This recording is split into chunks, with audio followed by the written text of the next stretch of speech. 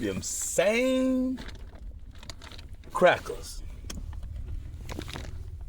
that they admonished us to respect as if they were God, to fear as if they were God, to obey as if they were God. The same crackers, when they used to say they, well, you know, they gon' put you under the jail, they gonna do this, they gonna do that. The same they, each presidential administration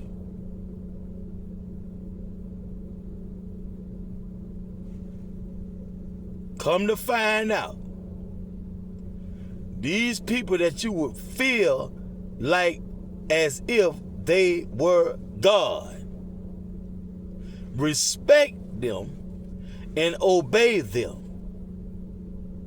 even to the point where you know they are infringing upon your right to do for self. And you will take the stance that is best to go along to get along than to venture out into the world of entrepreneurialism and whatnot and end up maybe like a Sam Cooke.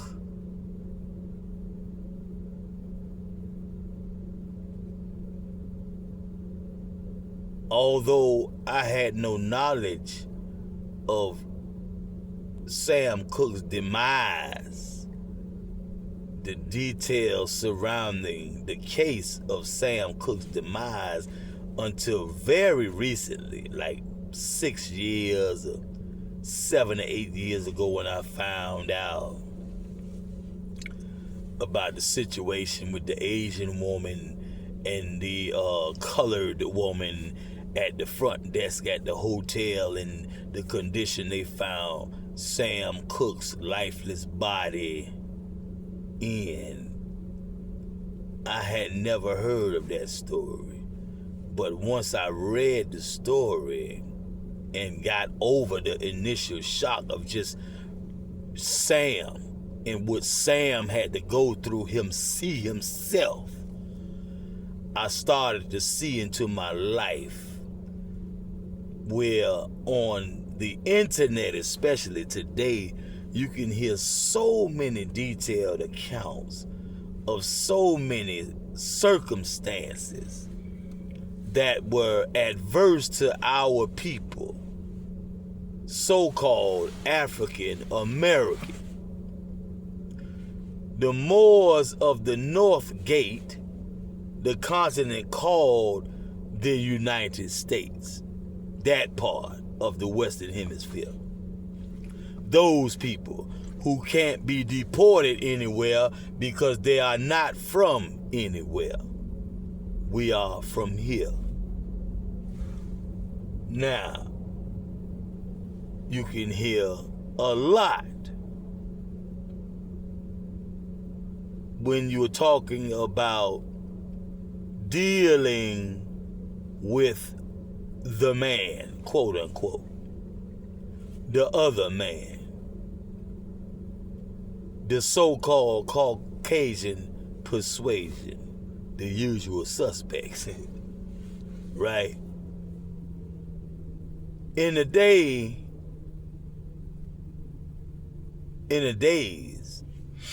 of the 70s, in the 80s, early 90s, you will hear them say a lot that you are worth more dead than alive. These two phrases they should use a lot. You are worth more dead than you are worth alive. And another phrase, they sold their soul to the devil. Those are two phrases I used to hear a lot. mainly in the entertainment industry. Now, they would say much more than that. That's a shame. But now they're saying so much more. Now I'm hearing people talk who I never heard talk, and I never heard anybody speak of the person that I tune into and look for and seek out on the internet most times. That's who I'm looking for when I'm on there. If it's not that person, it's someone who came up under people like him or her. That's about all I seek out.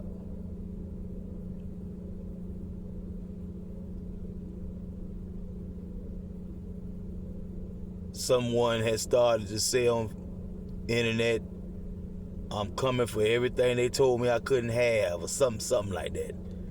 They have a meme, probably have a picture of a lion with a big old mane, or maybe a wolf or something. And the internet, information superhighway, I found myself doing just that.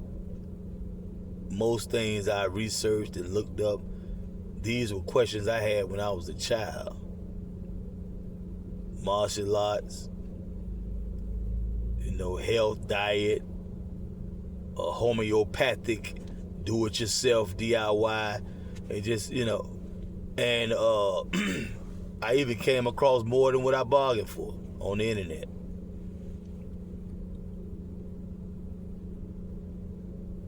And I say, look at now, these same people that so many people, key people in my life, would try to put some fear and respect and obeisance in my heart for these people. Most of them have that old glory flying, that admiralty flag flying. If you ever see them somewhere in the offices, the office buildings, or maybe on ABC, CBS, NBC type broadcast, you will see that old glory flying somewhere nearby. That admiralty flag.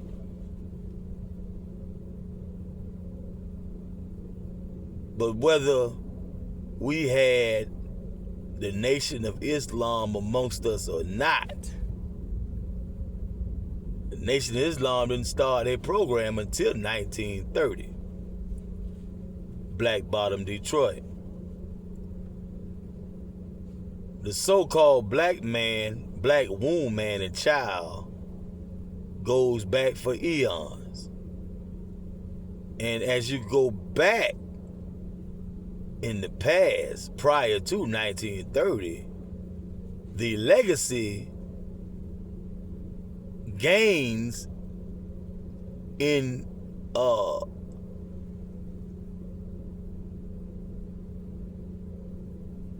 sense of being awe-inspiring. Glory. The majority of our glory is in the past. So the Nation of Islam definitely didn't come to start any greatness. It came to call us back to that which they knew was lying dormant in us, in a forced hibernation, out of a tactic, a maneuver, a war tactic, or just sheer fear. Just fear of what could happen, because by the time Master Farad came along, how many whole villages, cities, towns, counties had been burned down, destroyed, overrun? How many people had been murdered and forced out? This is the beginning of what we call now gentrification and immigration. Immigration can be spelled with an I. Immigration can be spelled with an E. It sounds the same, not exactly the same meaning, but they both were used against us here on this continent to forcibly remove the only people who really had the final say so, the real jurisdiction over this particular landmass.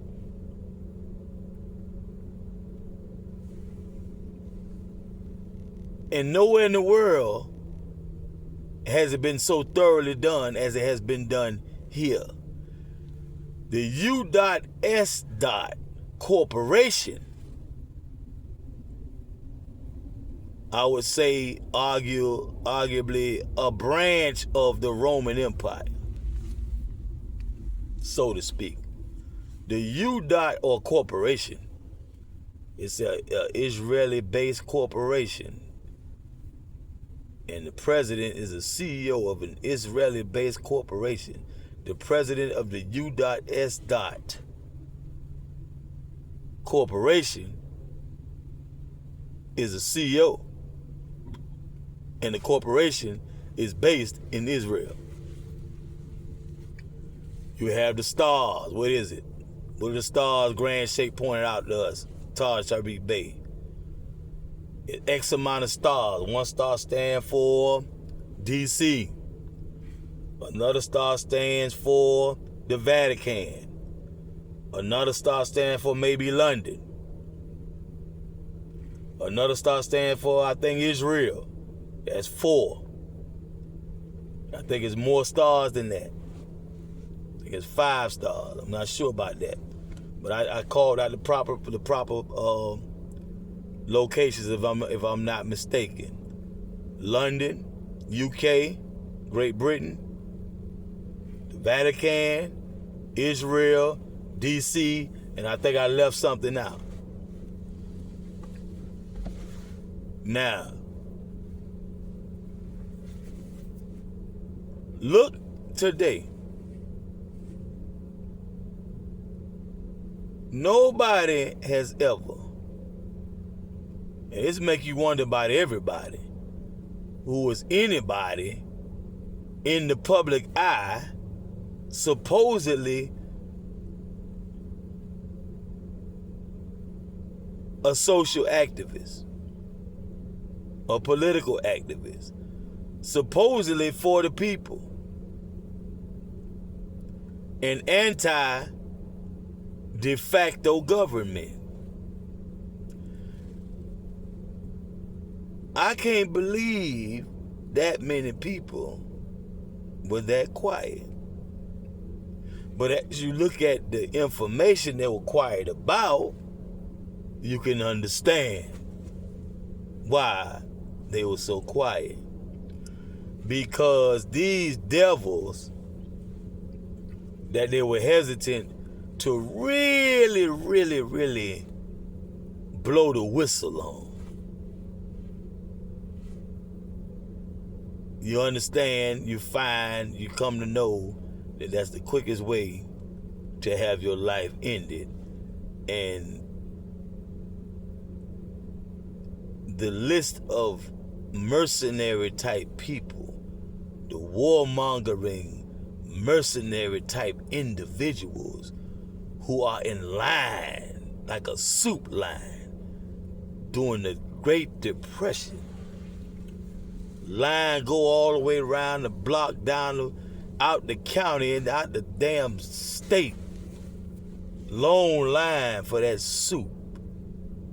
Mercenaries, assassins, hitmen lined up, foaming at the mouth, trying to get that little piece of money to knock your behind off because you open up your mouth and said something for the right reason, the right time, the right place.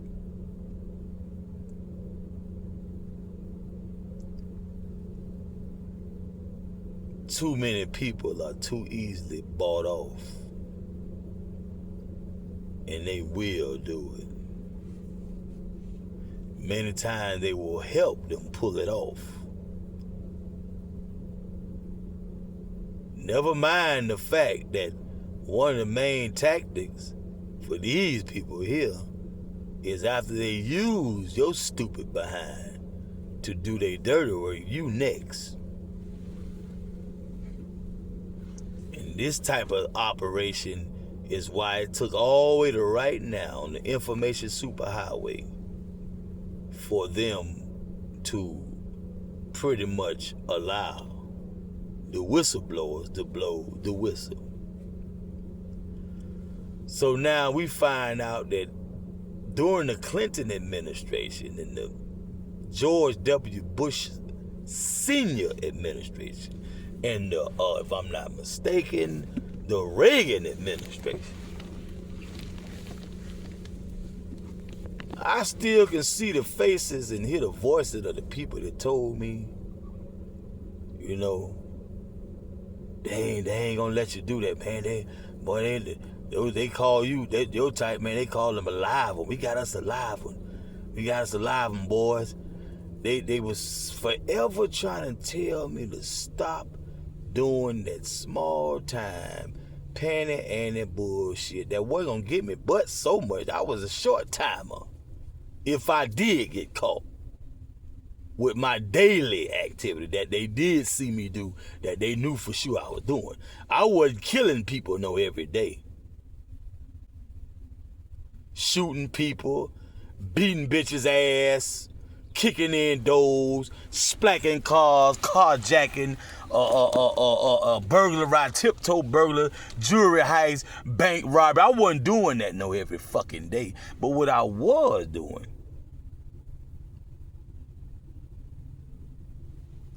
some of it couldn't get me no time because it wasn't illegal. But to sit there and look at all this opposition that came down, I talk a lot about 1991. Quinn West, Jamil Mackey, coming out of Columbia High. Both of them Columbia High alumni, Eastwick boys. And I, myself, down by law, me and Rico Maxwell, another Eastwick boy, down by law. Two very key people in the whole two counties of DeKalb and Fulton who could have really made something happen on a large scale because we were both Eastwick and down by law. Too many people were sleeping on the potential of what would be the outcome if we all just focus on our goals and work toward those goals, because there was a lot of talent and skills and stuff amongst us. But what I did not know enough about was the Rosewood, Florida, that we did know about. The Tulsa, Oklahoma, that we did know about. Little did I know that when Atlanta Masjid went to Lake Lanier, and we got on the lake where I lost my glasses in the lake, my stepdaddy, Brother Eddie, thought I did it on purpose, but I really mistakenly lost my glasses. They fell off without me intentionally making them fall. Little did I know that Oscarville was beneath us. And that's some low down, nasty, devilish crackers. Possibly some niggas too.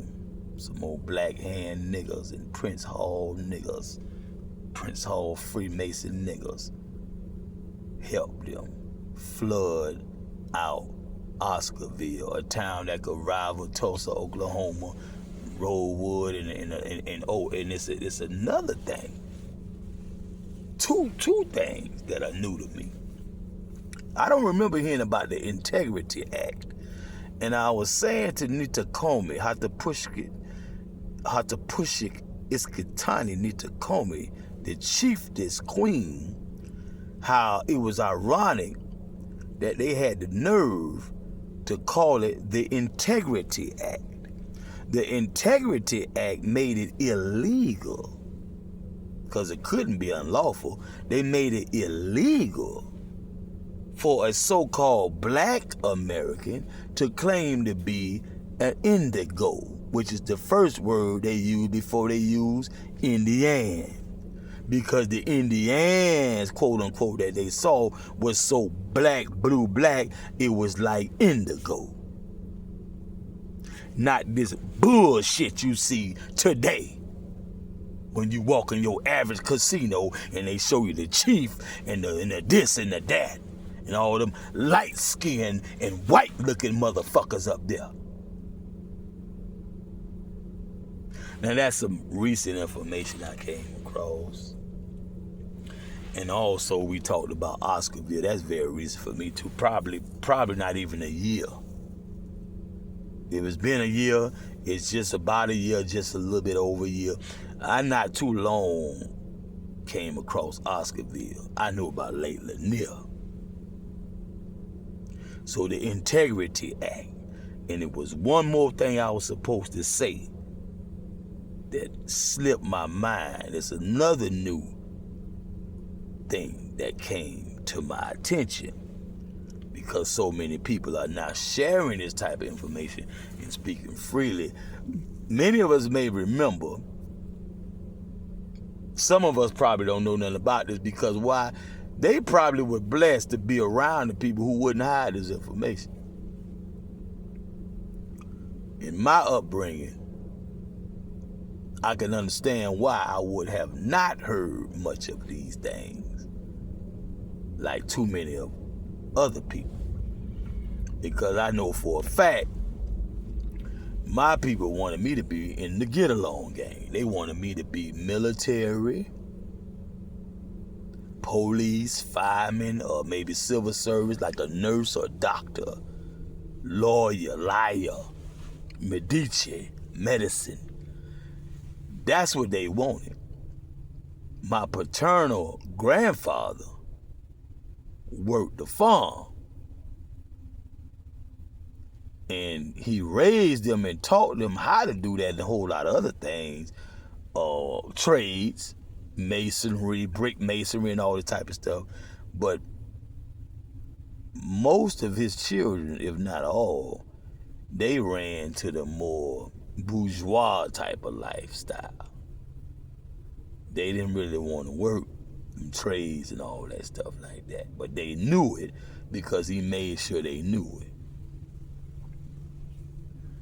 Now, these people, and I met a lot of people like this, some of them more stiff shirts and whatnot, and some of them are kind of like borderline. They got a lot of still street or ghetto, whatever you want to call it, and down to earth, and it shows, but they know how to clean it up and go into the corporate world and all this kind of stuff. So that explains why, because I heard about how many of our elders who were alive in the 1800s, the late 1800s, probably even mid, and still alive by the time I was 4, 5, 6, 7 years old. Now, they didn't want to speak too much about the old world and what happened in the transition, because they didn't want us to become combative, to be riled up. And some people even call it hate, but it's not that. They didn't want the war. They wanted some peacetime. They wanted relief from warfare. And many of our scholars say we had not even really been in warfare at that level probably ever, even though we have had some wars. But many of our scholars say that was the worst kind of warfare we ever had been through once the Albion came in the game, and like from the 1700s onward. So by the time I'm born in the 1900s, almost going into the new millennium. right? I'm about 20-something odd years missed out being a Y2K baby. I should have been 20, I was 20-something years old, Y2K kid. Right. Now, these people,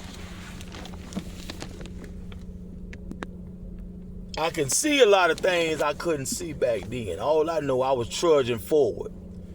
I was raised around nation Muslims who had their own businesses. Christians out the church had their own businesses. I mean, it was like breathing to me. Like taking a sip of water. I didn't see nothing, you know. But for some reason, everybody, the key people, I don't care about what people think, but I had key people in my life who I needed. If I'm a rapper and I don't produce yet, I need to produce if I want to come out with something today, by tonight. This type of thing. So these people would always hesitate and get quiet, and things just wouldn't add up. And for the most part, I used to always think, well, it's because why I don't have money to pay them, because that time period when I got into the game, the music industry game, as an underground so-called hip-hopper, we were at that point, that transitional point, with many real original hip-hoppers. Michael Wayne TV, DJ Faze, Black Jack, rest in peace Sunshine, all them guys, they talk about that right now. Stan, Green Eye Stan and them, they talking about all that right now. The original, the DJ Mario day, way back, right? Disco King. So we talking late 70s into the 80s, definitely. Right? So I started to get active in the 80s. Came in as a B-boy. Started rapping. I picked up on the DJing from watching and doing a little something, but I never did sets out there in the public, but I got the skills enough for when I make my songs and all that, and I wanted to have it that flavor, I know what to do. And I definitely could do down south DJing the way we used to do it, making them tapes and all that. King Edward J, that type of thing. Jam Pony, that type of thing. Most definitely. I just sat on that and got more into the music part side of making the songs and basically running the record company underground style, definitely like a Master P. Except for one thing. Every CEO, artist, and producer I came across, they ended up not doing what they say they could do with me. They might have did something with somebody else, and they did. People like Gorilla Tech, Track of the Icon Music Group, used to be Lab Production. People like that. Yeah, they did. They prolific with this shit. But when it came down to Jamil, Mackey, it was no dice.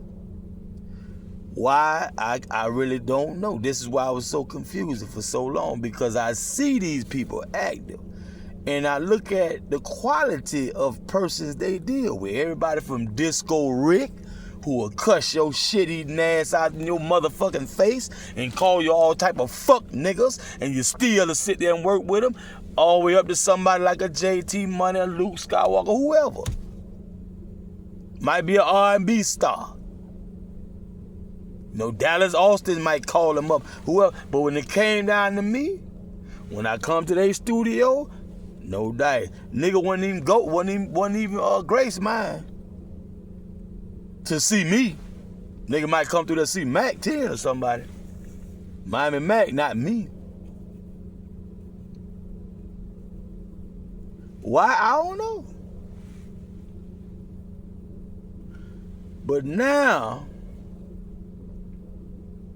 We got this thing. I wish I could think of what I was going to say about the Integrity Act. And it was some old jive, though. I'm talking about the stuff I just found out about Oscarville. The Integrity Act is something else. God dog, it slipped my mind. Hopefully it'll come back. And so now we got this thing going. What's the name of that guy? Damn. I just read it for the first time. It's a terminology they use. Like they got Pizzagate and pizza and all them terms. They use them in the pedophile circles. They got a term for kill tape. They got tapes where they kill actually somebody being murdered on the tape. Usually the person that's being murdered is for the purposes of cannibalism, pedivores. They like to eat children. They use the foreskin of these infants, the male foreskin for cosmetics, the blood for adrenochrome. And what they do, the reason why they kill is a torture kill. It's a name for that. It's a torture kill because the torture causes the glands to release these things into the bloodstream so that when you draw the blood, that is in there with the blood, which they call adrenochrome. Adrenaline. When you scare the bejesus out of somebody, adrenaline instantly hits the bloodstream and the person starts to be a certain way. And they have these people, usually children, somewhere where they most likely not gonna get away. And I read a little while back about an account where one girl was forced to watch. She's a survivor. She lived to tell this to people. While Hillary Clinton and Aberdeen or some chick, I forgot that name. It's a funny name, like she from India or Africa or somewhere. They got together and surgically removed the face off a young woman.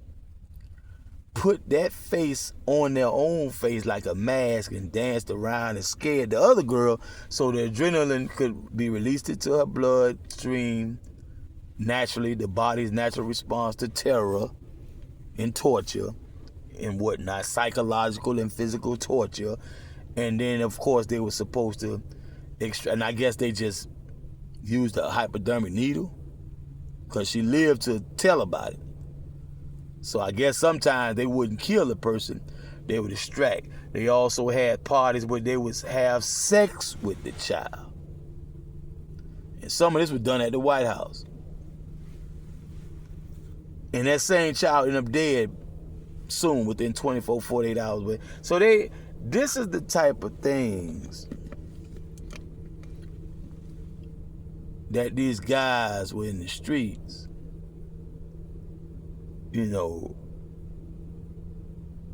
these type of things that the people were doing, that the guys in the streets were looking at these people. You got more respect for them people than you got for God. God know your every thought. And you had a nerve to have these type of entertain certain thoughts in your mind. God know your every word. You had a nerve to say stuff out your mouth. God know your every deed. You had a nerve to do things in the sight of God. You're always in the sight of God. It's never a time when God don't know anything that ever transpires. From the will, to the thought, to the desire, to the word, and to the action. You can't escape the wrath of God. You can't escape the judgment of God. And you claim you believe in God. And you will fear this cracker from the Clinton administration and her husband more than you fear God.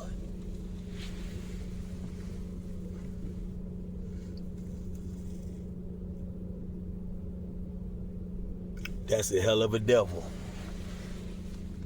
That's a hell of a devil. And so many people get their panties in a bunch when we call them devil. That's a hell of a devil that makes you fear the devil more than you fear God doggone God. And they ain't even the devil. That's a flesh and blood being. A kind of man, mankind, not even man. A made man. A kind of man that was made by man. The God. The vicegerent on this earth made that kind of man. And you fear that devil more than you fear your own God. The God. King of kings, Lord of lords. Rabbil Alameen. And now, out of the Epstein files and whatnot, now we got this floating around that was on the dark web and sold on the black market and all that. Now it's anybody can get on their laptop just about. Where they say you can see, visually see, and make out that it's not AI. It is Hillary Clinton and this woman. It's just one of many films that they have of all this freakishness.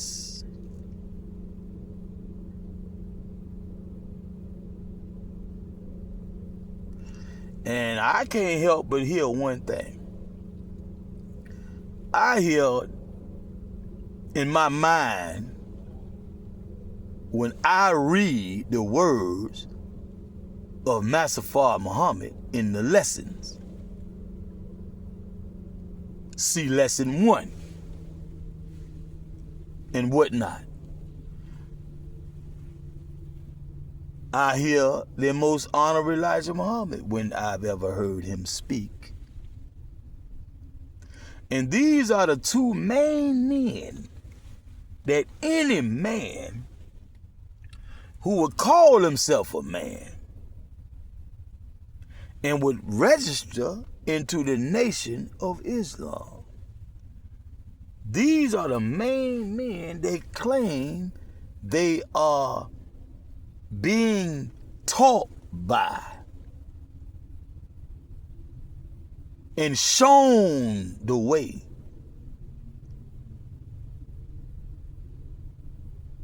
And that they believe, yeah, we call them believers. Not blind belief, but a Gnostic-like belief. Because we study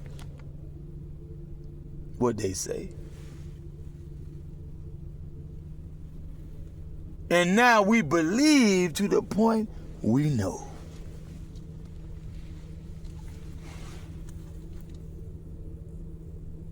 You God, cream of the planet. But you let this vile, despicable, low-down bitch put fear in your faggot ass heart. Puss ass nigga.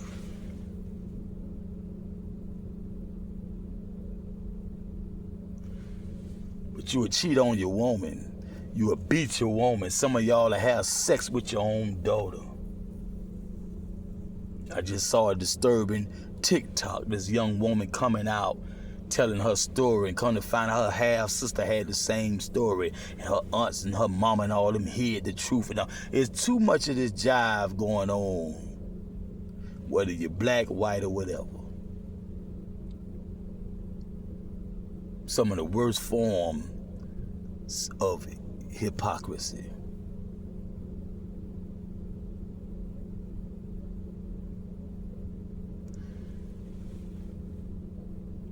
I don't even know where to begin to further comment on what I'm commenting. It's so much I can go into.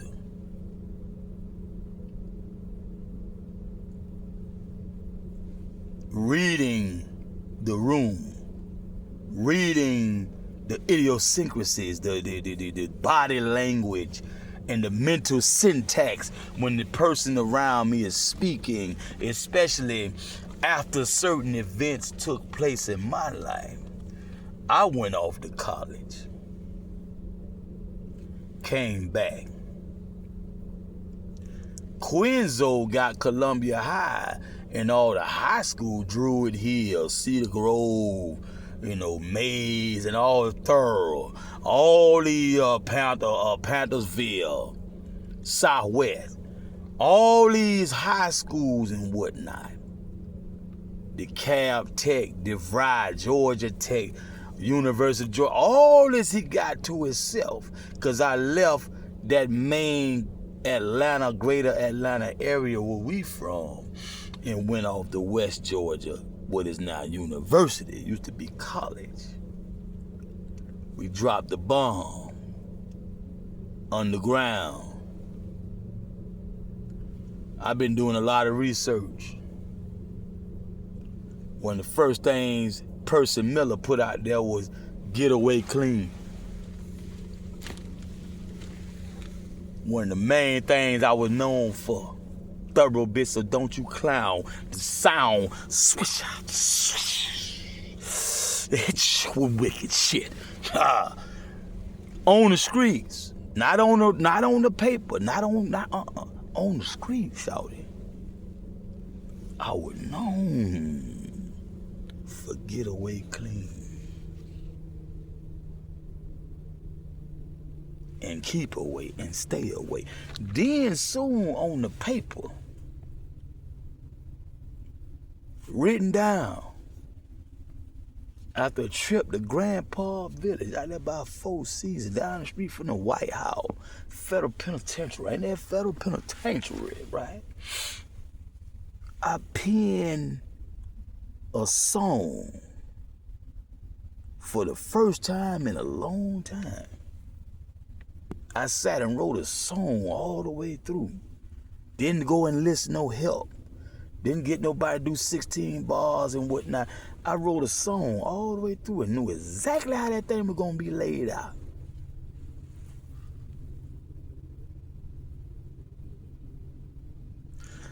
We used to get our music before everybody else.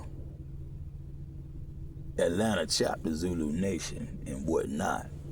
Messing with DJ Icy Ice, DJ Redd, Black Chuck out of Philly, DJ Mac 10, Miami Mac, and all the rest of the boys, Soul Messiah.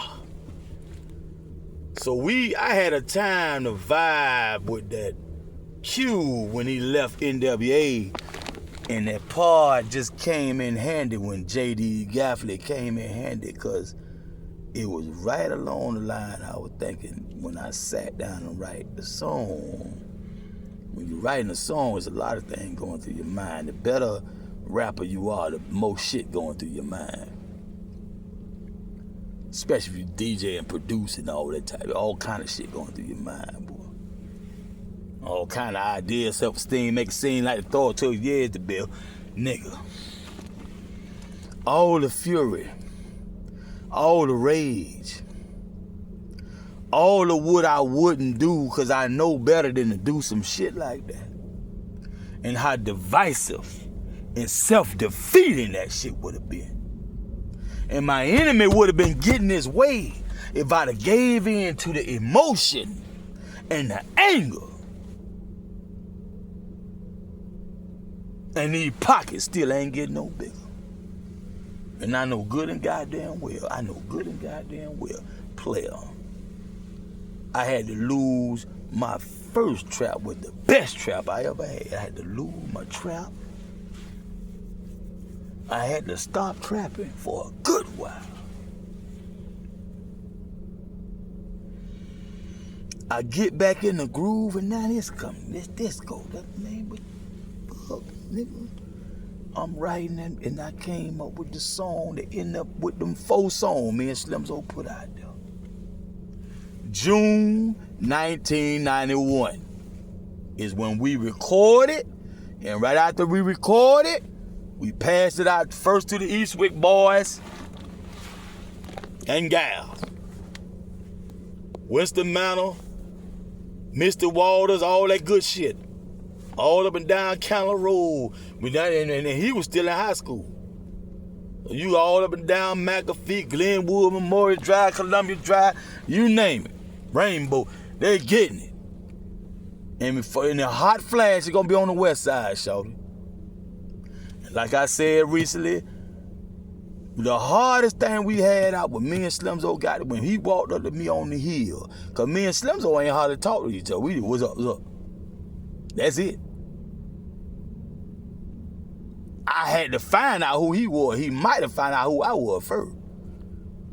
Before I left the high school, I knew who he was. I knew he was Scooby cousin. I knew that. Matter of fact, I don't even think I knew that. I knew he was Eastwood. I knew he was Eastwood. I think he the one told me he was Scooby cousin. And when I find, because I really didn't know where Scooby lived. It been so long since if I ever went to Scooby, I'd been a long time. When I went to the house with Slim, so that one I know for sure. Oh shit, okay, boom. Now, June 1991. June 1991. The hardest thing we had out of Atlanta was MC Shadi. Somebody hard. And when I say hard, not just the people who like them, the hard, the guys, the roughneck, like, you talking about, you got different things to look at when you look at rap. Who getting the most play, too? And ain't no Rudy Poot ass, soft, candid. It was Shadi. So you had the girls like them, the kids like them, a lot of adults like them, and the hard rocks like them. And boy, I was playing some of that shit the other day. Boy, that bass in that motherfucker. He was fucking with Luke Skywalker though. He recorded a lot of that shit. Boy, that bass in that motherfucker, DJ Toomba down. Wow! DJ Man, wow! That bass dropping. So all the car shows and the bass wars and all that, it's gonna be, especially if you in the state of Georgia. And Miami, because he would mess with Luke so hard. So you got that. You got the world, anywhere in the world where they doing the car show with the bass competition, because you ain't have so many people coming out with a song that you really, when you in competition with another radio station, or like I said, a car show or something like that, you don't want just something with it's a lot of bass. That type of bass right there. But you also, is it a good song? What about it? You got to play the instrumental because the lyrics garbage. All that kind of stuff. MC Shadi was one of the hardest thing we had. But me and Slimzo put that shit out there. Master P around that same time, he just gonna get his EIN, Dun and Bradstreet registration and all that, and he gonna start that. We don't know nothing about Master P. We don't know nothing about 8-Ball MJG. UGK. A lot of people don't know nothing about this. All that Suave House, Down South Hustler. A lot of people, more people know about them people in their hometown, anywhere they travel to, and bust some rhyme for somebody, probably some cipher on some cassette tape type jive. You had Top Authority, Above the Law. You ain't have but so many people, like, back then, you don't know who gonna get the longevity. Ghetto Boys ain't got but so many albums. Baby Too Loud just came out. Poison Clan. They fresh on the scene, 1990. Ghetto Boy beat them, but NWA beat Ghetto Boys. So when you talk about Top Authority, Above the Law, people like that, you had stuff like that too, or DOC. But at the time, you don't know who finna have, but you do know, ain't nobody fucking with NWA. Ain't nobody fucking with Ghetto Boy. Ain't nobody fucking with Too Loud Crew. And ain't nobody fucking with goddamn Baby Too Loud Poison Clan. KRS-One about walked away from the damn thing. Schoolie D a little too mellow. He a little too mellow with his shit. He ain't really trying to go hard like that. So, you just gotta be a diehard Schoolie D fan and just follow him through all them albums like that. We still stuck on Gucci Time, PSK, what does it mean? You know what I'm saying? One time for him. But now, ain't hardly much else to talk about. Unless you want to get off in some Cool G rap. Rock him on certain bars, certain songs. Then he came out with Jew. Jew wasn't the hardest thing that nigga ever made when you want to talk about so-called gangster rap. Cause Rod ain't really trying to be no motherfucking gangster. He's a nation of God's earth. He on some love and light, high vibrational. He just got a vicious style. And he's a battle rapper. But he ain't really trying to go there. But we all know what happened if he does. But he ain't really trying. So everybody else, you know, like I say, Tupac was over there with Leroy and Debbie Allen.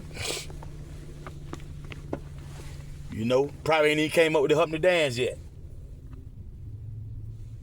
This 1991. So I spoke about Gorilla Tech. And what's so crucial about these names I'm screaming out, it's a lot like the Hollis Crew. Run DMC, Jam Master Jay wouldn't be Run DMC and Jam Master Jay if it wasn't for the Hollis Crew. Just like they wouldn't be that if it wasn't for Russell Simmons. See? And of course, they themselves. They even had writers. A lot of songs wouldn't be what they were without the people who helped them write this song. So you got a lot going, Rick Rubin, you know, you got a lot going on to make it to the point where it hit us in the ears and we hooked for life. A lot went into that. You take one person out of the equation, you got a whole different product. You never know where that might go. It might go in the pile. It's so many people that did everything these boys, even down to the same label that was on. But you don't get the same result. All the key players, that shit is crucial that you play your part. And the same way it started in the streets with Hollis Crew, Cool June, what's his name? B-Boy June and Cool June. Cool June described how DMC and Run looked up to the Hollis Crew. And they had approval from the Hollis Crew to dress the way they dressed. So what we saw as Run DMC was really Hollis Crew. Which of course they're a part of because they from the area, whatever. Like out in LA, they say, I'm from a set. I might not be a gang, but I'm from the set. So I gotta respect the fact. I gotta wear neutral colors or wear they color. I can't come to the set, you know, off code and whatnot. So in Queens, that's how it was. So on 5-3, too many people from 5-3, not Shadalon, not Buena Vista, not Little Haiti, 5-3 number one.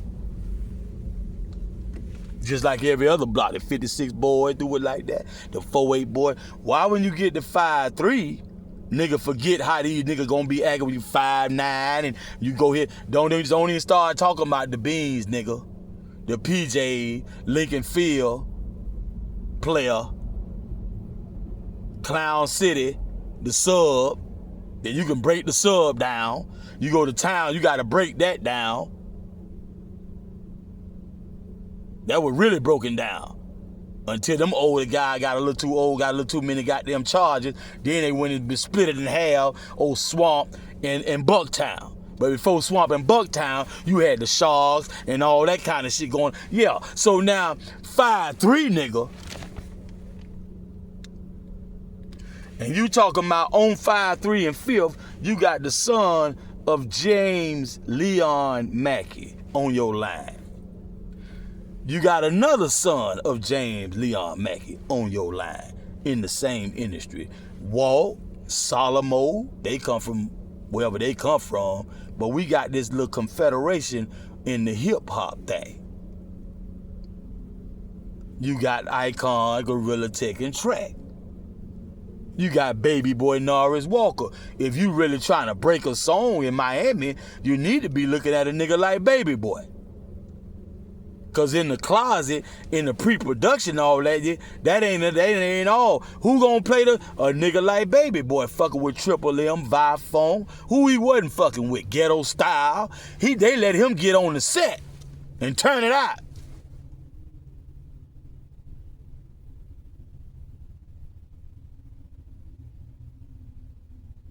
So we all got like everything we need. We got international longshoremen backing us up with the money we need. This motherfucking shit'll never see the light of day for the simple fact Niggas got beef for no goddamn reason. And like I say, to reduce the amount of talking and the amount of words, ADE in the mint green lac on true spokes and Vogue tires with the white top took me to Drakari Studios. Under Drakari's roof, you got Gorilla Tech, me, Mr. Murder, and Track, the engineer. And ADE is stressing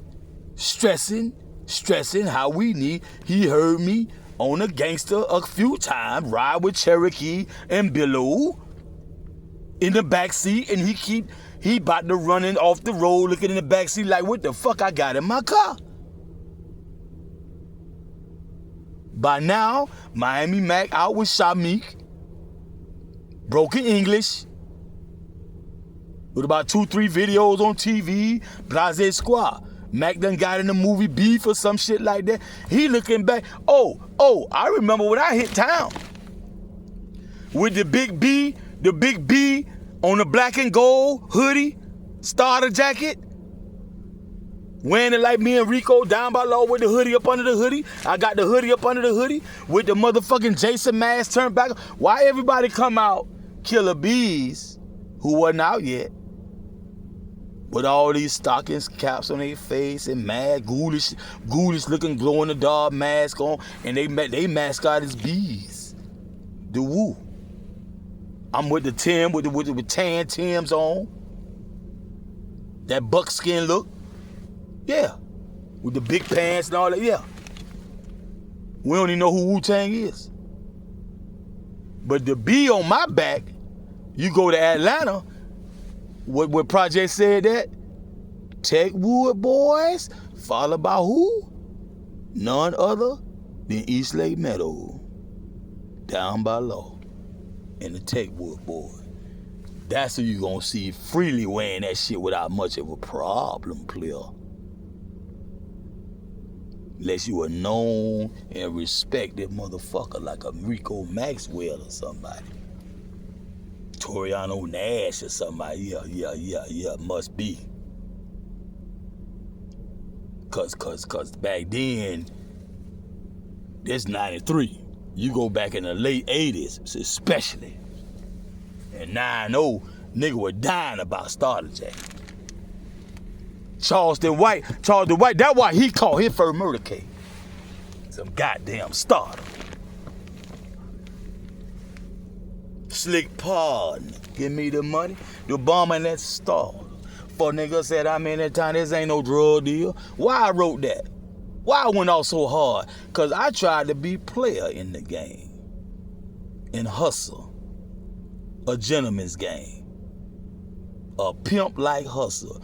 Nigga wanna screw me, stab me in the back, leave me for dead. We done had so many gang fights and shootouts and all this shit. My face is not stamped on that motherfucking gang. The gang stamped on my face. Nigga left me for dead, left me out in the street hoping somebody come and catch me by myself and say they go one of them niggas right there. But it didn't go down like that.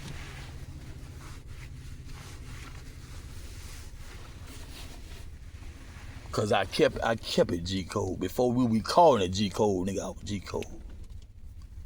Nigga respected me cause they loved me. Fuck fear. Niggas love the way I carried my motherfucking self. Young and old. And that code of conduct, chivalry, in feudalism, they call it chivalry and whatnot. That kept me.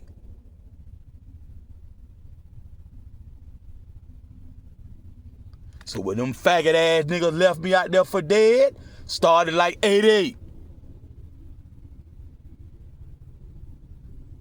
By the time 92 come hit, and Charles Lamar caught out there killing bitches left and right, literally,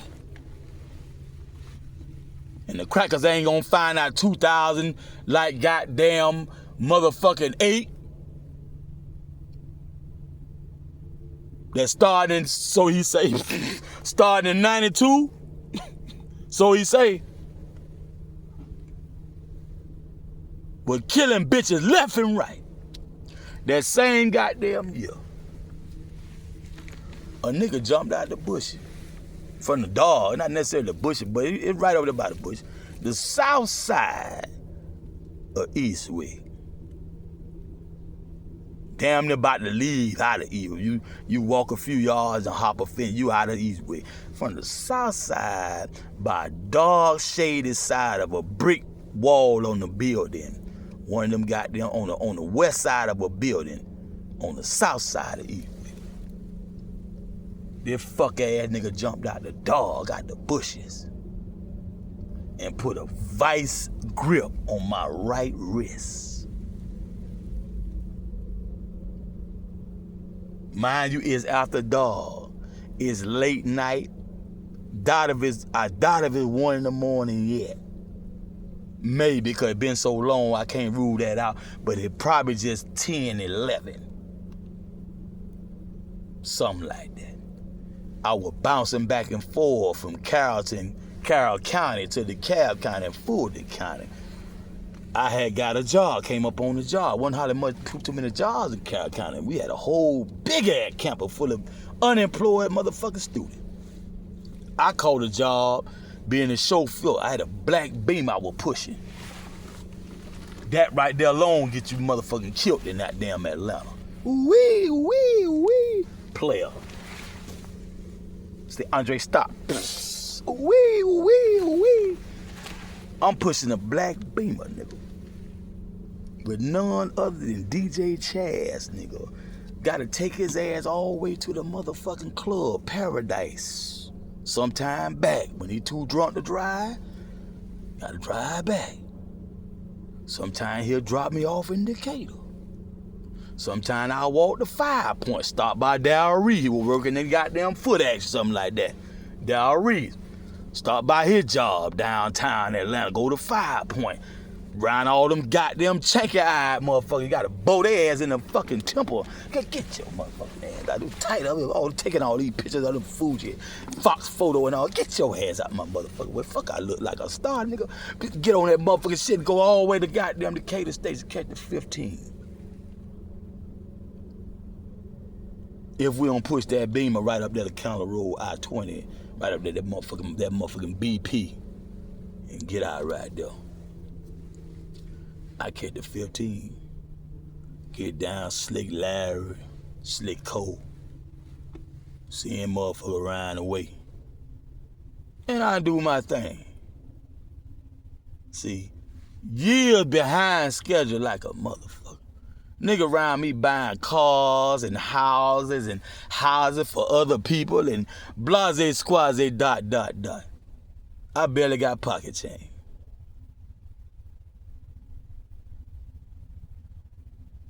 Been doing the damn thing since, been doing it before a minute. Like I say, I don't know who I was talking to the last time I was talking about this. I was just talking about this shit, nigga.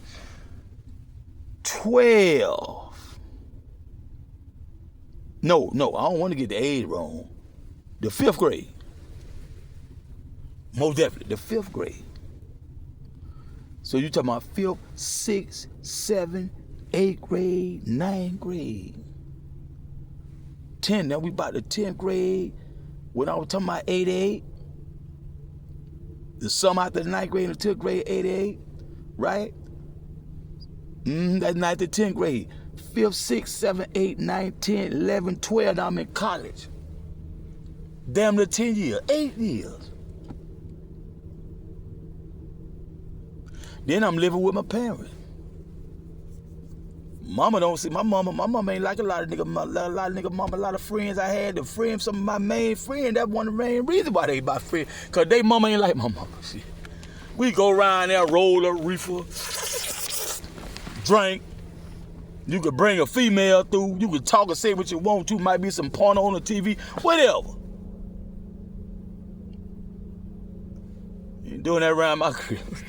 This nigga skipping school, He probably already got about 3, 4, 5 children. Nigga ain't even got them 21 yet. I mean, you know what I'm talking about? So yeah, man, hang loose, man. We on some real shit, man. We out here, man. We can't have all them constraints and shit, man.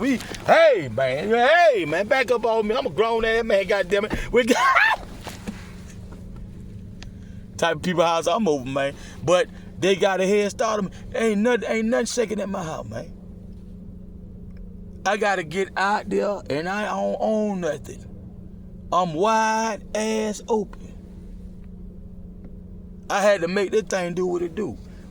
Now, like I say, boy, look at here. That fool jump out the bush and put a vice grip on my motherfucking wrist. Before I even know who it is, too. That part right there. I ain't even know nobody was right there. I got a button up on, I got some nice pants, not no jeans and shit, and some nice shoes. I might have a Barcelona hat on, I ain't sure about that hat, right? Got this gold, this jewelry on my hand and shit. And when I realized who it was, as soon as by the same time they released me, step back a little bit, I realized, and I said, oh, that's who it is. I ain't worrying about nothing, but at the same time, it registered that vice grip. And how dark it is out here. I can't see around cars, in cars, under cars. It's bushes, it's trees, it's woods, and there's a lot of buildings. Some of them might be bandos. Cause bitch will goddamn get evicted and whatnot. It was already was some motherfucker got kicked out. They lost their Section 8, caught selling dope at that motherfucker. So you never know where a bando gonna pop up. And I gotta assess this situation. I was already ran out this same, these my goddamn apartment. I was ran out these motherfuckers because I was with some niggas who ain't from there. And when they caught out, I walked right with them. I ain't even talk. Told homeboy patting his goddamn, that shit was so big, he was really patting his goddamn rib cage. That shit was way up there. Way up above his weight. Like a Mac 11 or some shit that nigga had. And I started to tell that nigga who I was and how he need to slow that shit down. And when my nigga caught Terrence Harris run through 15 niggas like it ain't shit. Back to back. We talking about wrestling. The nigga outran who that Gordon and Walker. That nigga outran the whole goddamn track team in jeans, uphill, back to back. Each nigga back to back. The nigga ain't nothing to be fucked up with. So when Terry was one of the first one to goddamn move it, I said, okay. And I see in his eyes, he trying to make this thing official like right now. He ain't really with the talking, he with the action. This nigga here. I ain't gonna say his name, cause I don't hate him for that.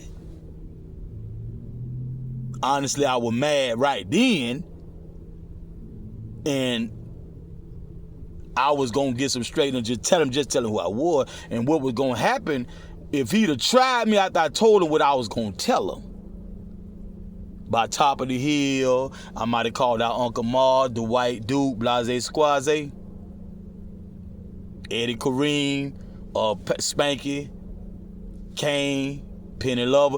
If he would have tried me after all that, I'd have killed that fuck nigga. I ain't bullshitting. But we never got there. Cause I saw in his eyes, he didn't really want to hear that type of talk. And since I couldn't tell him that, I ain't gonna hold him against him. And these niggas catching out.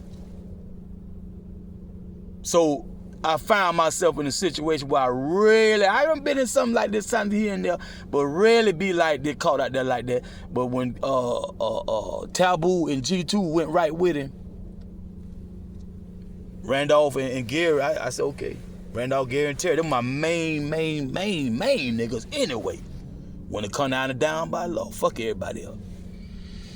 Main. It wasn't for them, I probably wouldn't be fucking with. I'd be somebody else. I don't know how in the hell it was gonna happen other than that. Them my main niggas at this time. Cause I'm just now really starting to earn my stripe with they had the last few years, right? So I went on and stepped out with them motherfuckers, right? So I know how shit can switch up real quick, no matter where you at.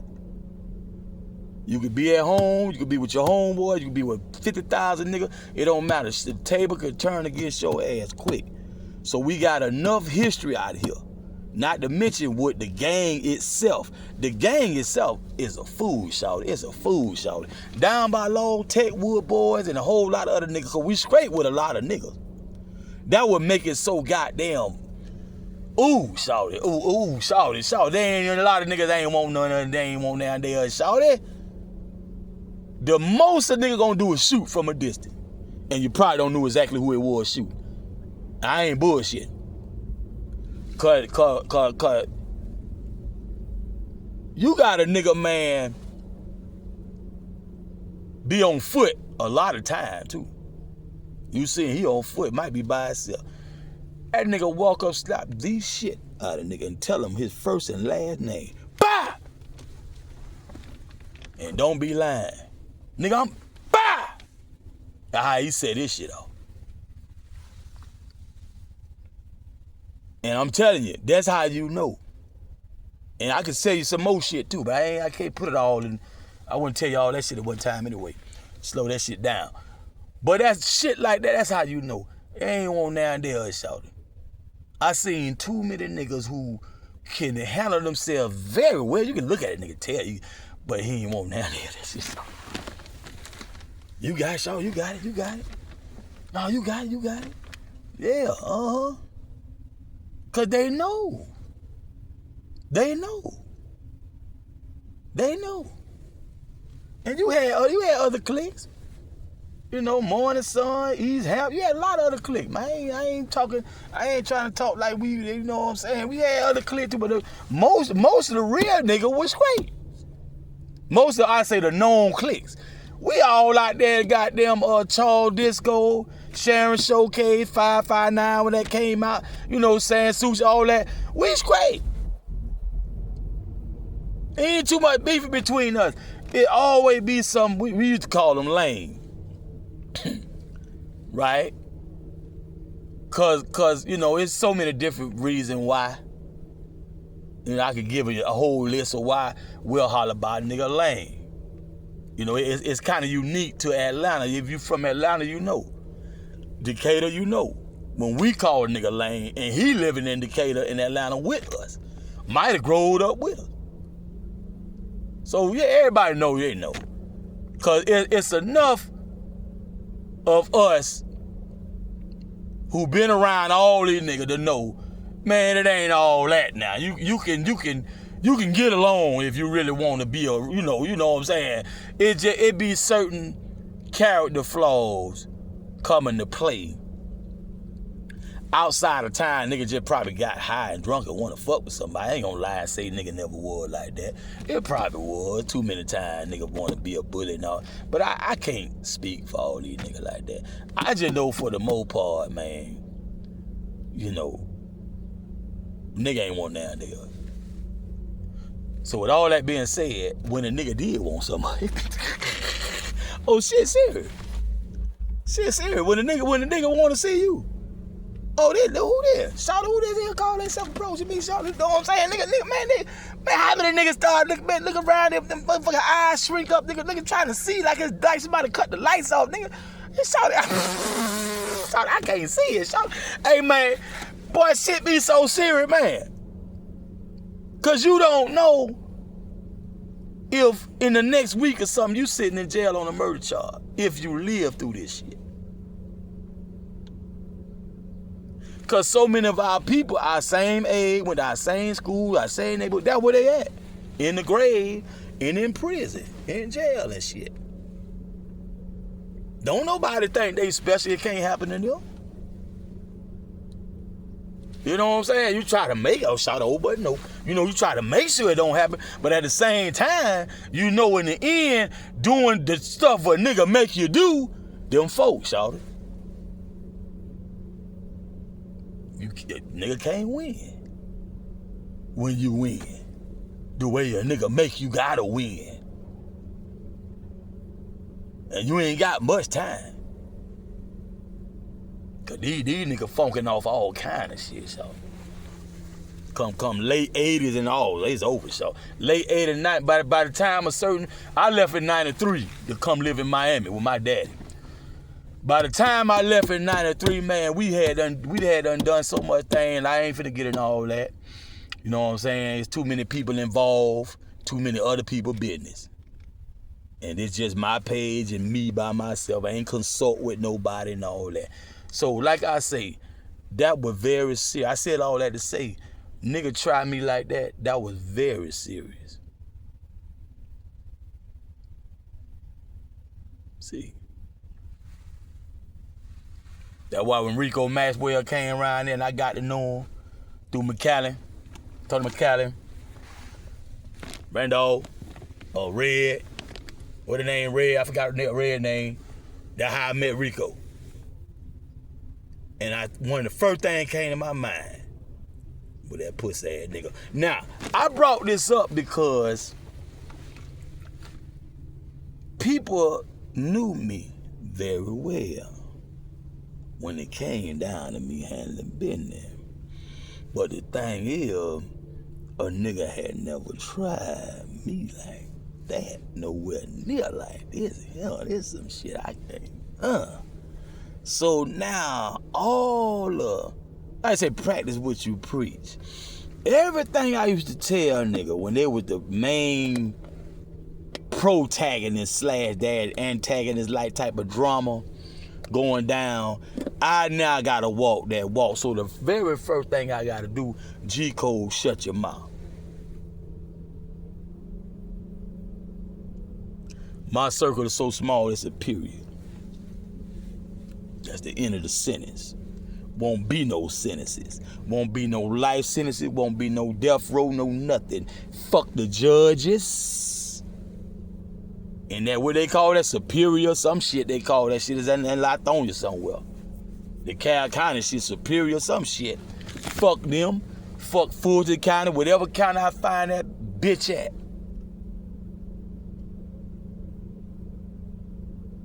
Fuck the Fed, fuck GBI, fuck all this shit. And fuck a nigga. A nigga ain't fucking me, cause I know good and goddamn well how these niggas is. I already know. This 1992.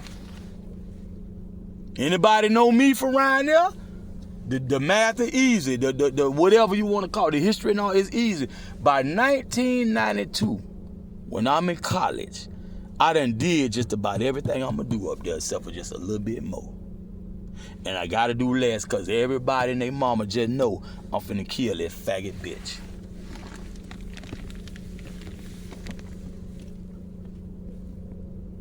That shit followed me to Miami. One of the main reasons why a lot of motherfuckers didn't want to assist me down here, because they knew a good chance. Tupac came out years later and said, before you go to war, you gotta get your money. Don't you know back then they was already playing with my money in the first place? Too many niggas. Playing with my freedom, playing with my life. Trying to trick a nigga off the street, trick a nigga out of his life. Now, ever since then, majority of people changed toward me except for goddamn Earth Tenor.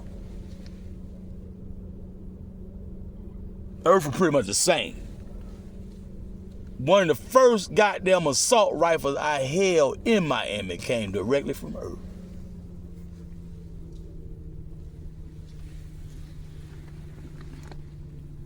Soon they gonna come out, AK shining, smiling, island, Wu-Tang. Like I said, that whole goddamn flavor, how them niggas dressing, all that, the bees, all that. I got bees everywhere, Georgia Tech. With the hoodie, the starter, the Timbos, the blah blah, the Scullies and the motherfucking masks and all that shit. I'm walking the street like that. And something you can go to the club and or get on stage and do a concert. I'm walking from my house to the pub. 53rd Street, 52nd Street pub, 2nd Ave, Northwest. Bum.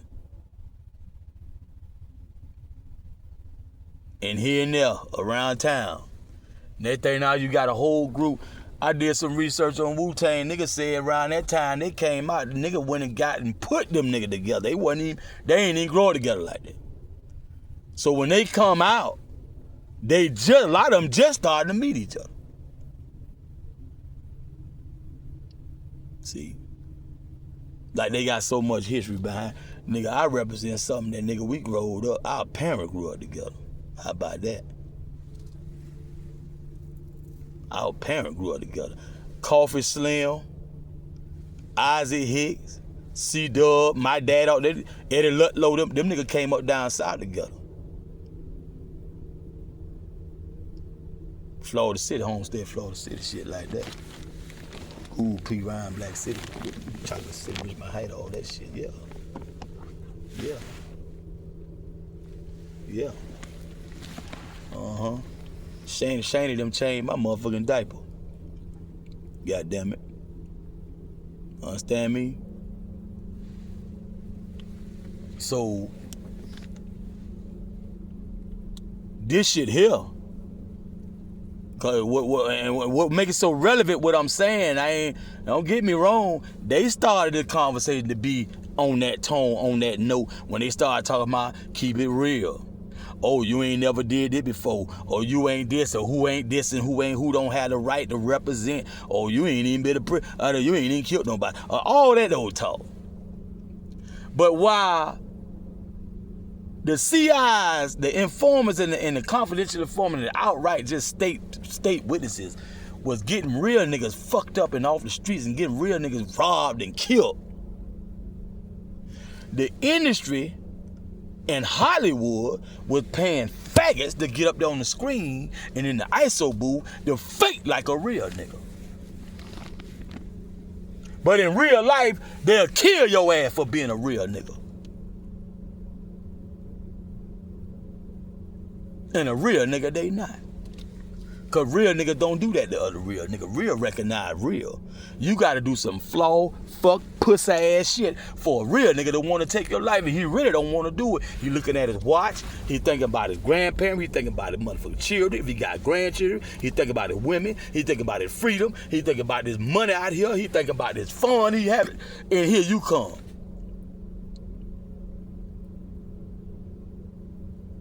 Bitch made.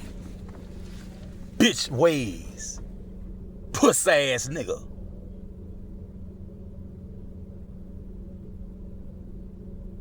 Fuck faces and all, nigga. We ain't fucking arguing with no nigga like we got some goddamn relationship, goddamn problem, nigga. I ain't nigga, hell no. They ain't finna call this no crime or passion and all. Nigga, I don't fuck niggas. I don't make love to niggas. Males. Testosterone, testicle, males, glands, penis. I don't fuck around with that.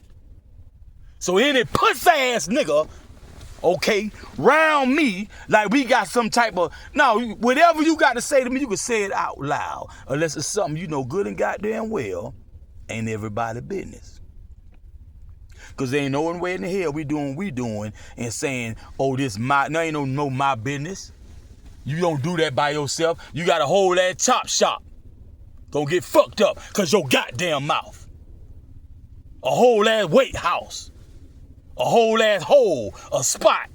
Families and all gonna get fucked up cause you don't know how to goddamn carry yourself and act like a real man. Stand up for what you do and stand behind your word.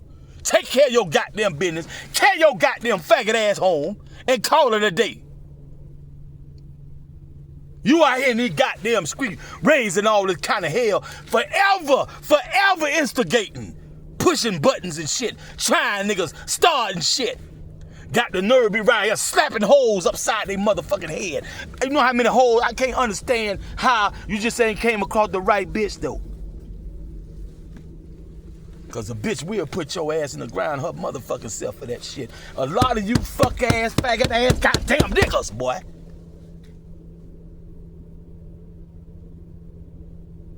Got life fucked up. And a lot of you niggas came around me and thought, for some reason, I was gonna lose all self-control. and open up my mouth and let you into my mind.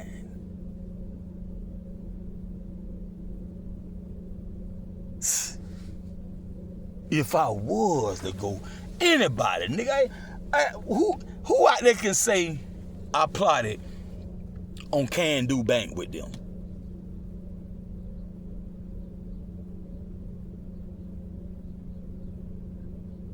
Wells Fargo, Chase Manhattan.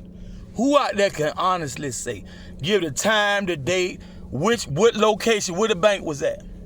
Where was the jewelry store at? Who out there can, yeah, see? So when I get on certain levels, I notice so much fuckery and faggotry coming out oozing out the pores of most of you fuck niggas. By the time I was about 14, 15, nigga, I knew then. I said, man, and they fucked up. They let me come across Donald Goin and Robert Beck, coming on Slim.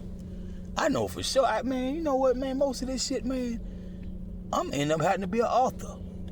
Screenplay. I don't like theater. I don't like the stage. I like the silver screen. I write a book. I do a music video. I write a song. I just had to keep cutting throats out the cutting throat out the cut, because too many of y'all niggas is sissies, man, and faggots. And I don't just mean in a sexual way. This ain't against homosexuality. We say that in the streets when you just ain't tight. You ain't right. You're supposed to be a man, be a man. That's what we talking about. It was on the football field, and you crying and whining and faking like you hurt and all this shit and scratching on the motherfucking basketball court and want to fight every other player instead of goddamn shoot the ball in the hoop and all that kind of shit. Get your faggot ass off the field. Get your faggot ass off the court. And in these streets, get off the damn turf. Go to the military, man. Go to school some damn where. Go to corporate America where the rest of them faggots at and do that faggot shit. Get your bitch ass out the closet around these niggas, man. Faking like you ain't real, nigga. Puss ass nigga. Your own blood brother. Your own cousin. Your own gang banging ass partner. Your own, I'm gonna tell you about that D game, bro. How many niggas, tell the truth, how many niggas out there had garbage dope? And the customers will tell you, they are passed by 1,000 holes to get to one. So when you amongst those one who keeping it real in the D game, but you bring all that old phony fuckery and pussy shit and flaky shit, and you know you got some thoroughbred niggas who ain't playing no game. See, this the type of shit I'm talking about, man. This the type of shit I'm talking about, man.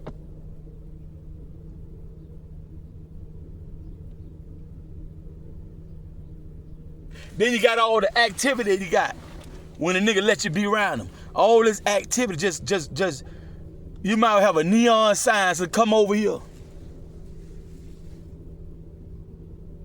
Atlanta police, Cal County police, come over here. Black Cat, Red Dog, wherever you at. Sting, jump out. TNT, over here. See, every game, it like shit, and the shit attract flies and maggots. And these niggas, filthy flies and nasty maggots be all up in your shit. And you gotta hurry try to get some out of the streets, and so you can get you a little something. And you gotta be careful about that. Or they gonna call it money laundering, this to get up in jail anyway, trying to do the right thing. Boy, this shit serious. This shit serious, man. Nigga dying left and right. I left in 1993, one of my last directors, respectfully and politely. I told, don't trust nobody. I look to some very important people face. I said, don't trust nobody. Not even me. And I left soon after that to Miami.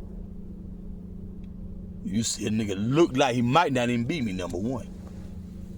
And if it is me, nigga, if you keep it like that, it's less likely you fall victim to shit like what's gonna happen after 93?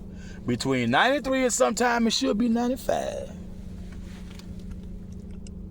Derrick Anthony Brown got killed. by some niggas who growed up right across the goddamn street. Took this man's life. The man had children, very small children. See, so them people in that court case that dropped that ball on that case on purpose, because they knew that it'll sound good to us, the sentence, but down the line in about 19, 18 years, they were gonna get out, knowing good and damn well that shit probably would have started a riot in Miami. Bigger than Rodney King rioting in the Watts. In Atlanta. Decatur, in Atlanta. Player. See, these same type of people is covering for the Epstein Island case and all them people involved. Stop saying it's a distraction. And the puffy is no. Whoever we can get out that clique, we need them. And that's gonna lead to the next person, the next person, the next person, all that there. Elemento, like I said that shit on the line, I think they killed him because he would talk and tell on people like Scheinbaum and all them.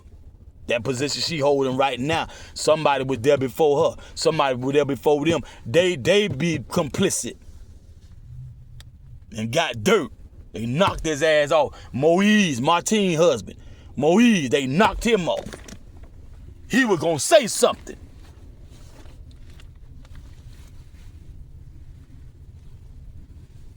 These people got big ass shipping containers full of human beings, live and dead.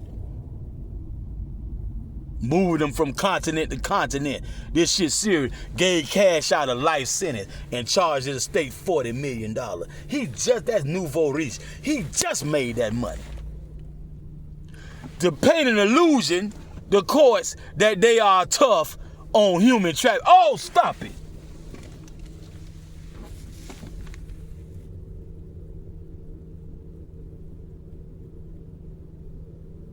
Bitch just held me for over 10 minutes against my will. 1,000 cameras watching. You know what the shift supervisor tell me, Seminole police? They didn't see that on the camera. How in the hell? If that same location, let a hoe would have come running downstairs. Oh, I'm a survivor. I'm Kelly Rowland. He held me for 30 minutes up and wouldn't let me go. Where would I be right now? Probably Rock Court, Broward County.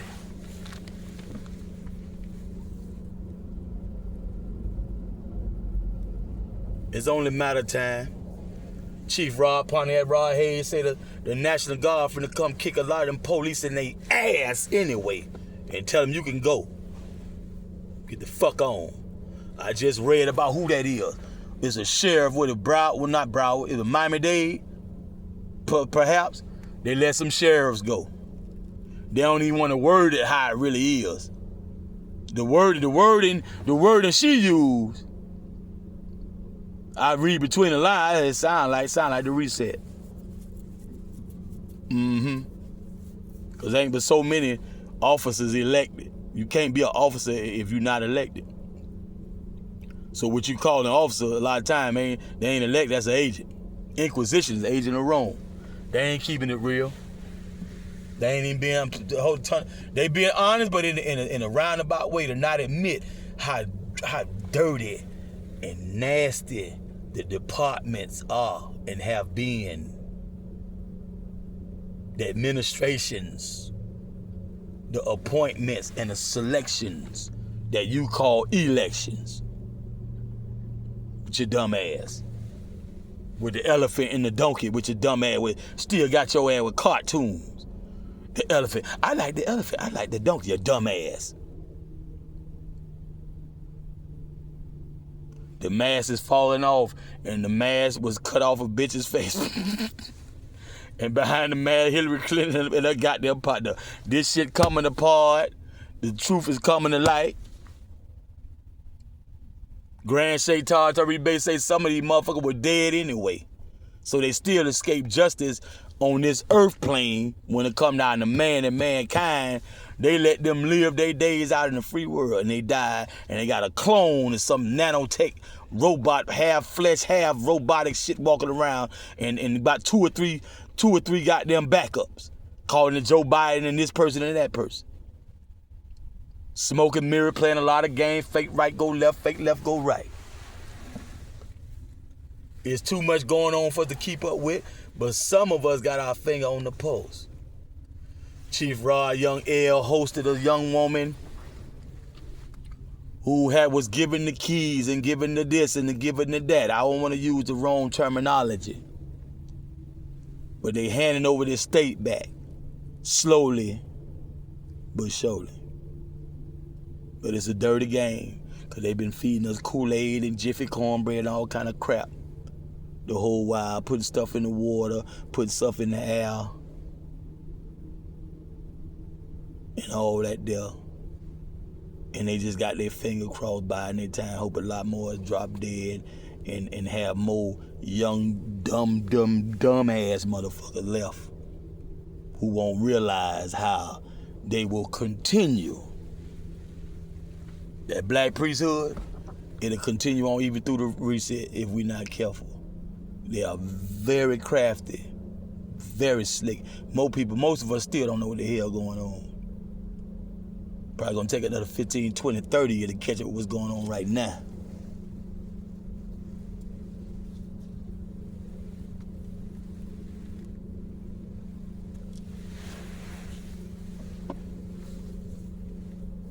So yeah, I'ma stay on that. Because 5'3", see, when we were going to the National Guard Armory and places like this, and I'm not talking about just any one individual, I'm talking about all of us. If somebody fuck with you pussy ass nigga, you know good and goddamn well, Bel Air, Herod, people like that would not leave you out there. Jacoby, Homie Joe, people like, we would not leave you out there. We would kick some ass, even if we had to get our ass kicked. We ain't finna leave no nigga out there, get fucked over, fucked around. And back then, nigga, you talking about have some gold around your fucking neck, a Rolex watch on or something. A lot of y'all niggas don't get fucked with because of the set you from, the niggas you from round. It ain't just you by yourself, even if you got 5'9". If you got a body or not, fuck nigga. Them niggas afraid of all these other niggas they gotta fuck with when they fuck with you. As a collective, we all took part in that, in establishing that. And many of us inherited that shit from our goddamn parents.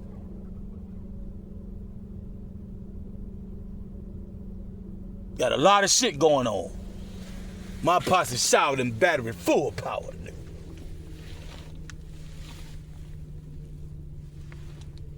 And then, it's one thing if you won't give me nothing. It's another thing if you doing over here doing all your things and I ain't getting paid, but shit, I ain't got nothing to do with it. But then when you sit there and refuse from 1993 to right to this day, 2026, to do a goddamn thing with me, the same way you was in 93 in Jakari's studio. When none other than ADE.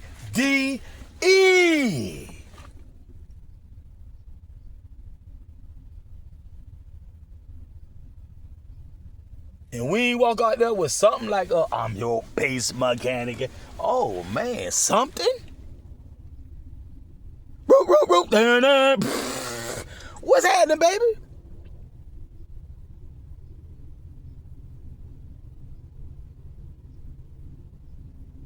See? Niggas like me. Not just me. Niggas like me. Me and niggas like, reason why people like Ganu and come up there wherever the fuck you was at and tie your ass up and make you take them to where it's at, blow your motherfucking head off, nigga. Ain't no one man did that shit over there. That's us. Fuck, nigga. And the gate keep that hard, that goddamn long, player. And you, what that Towner really did, Really and truly, the worst part, that Towner did that.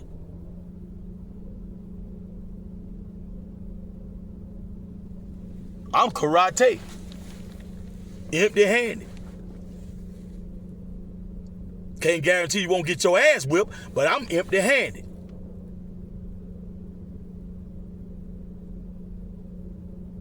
Can I get paid? That's all. I work. I TO. I can't get, okay. Tell you what. The Towner is the reason why it had to happen, right? The nigga refused to do it in the street, like I said. You know who it is. When you see him, you know what he drives. Go. No. He just got it, and then went off script. And if that wasn't enough, went and ran and left. So now I'm forced to round table. And too many people, rest in peace, Renee.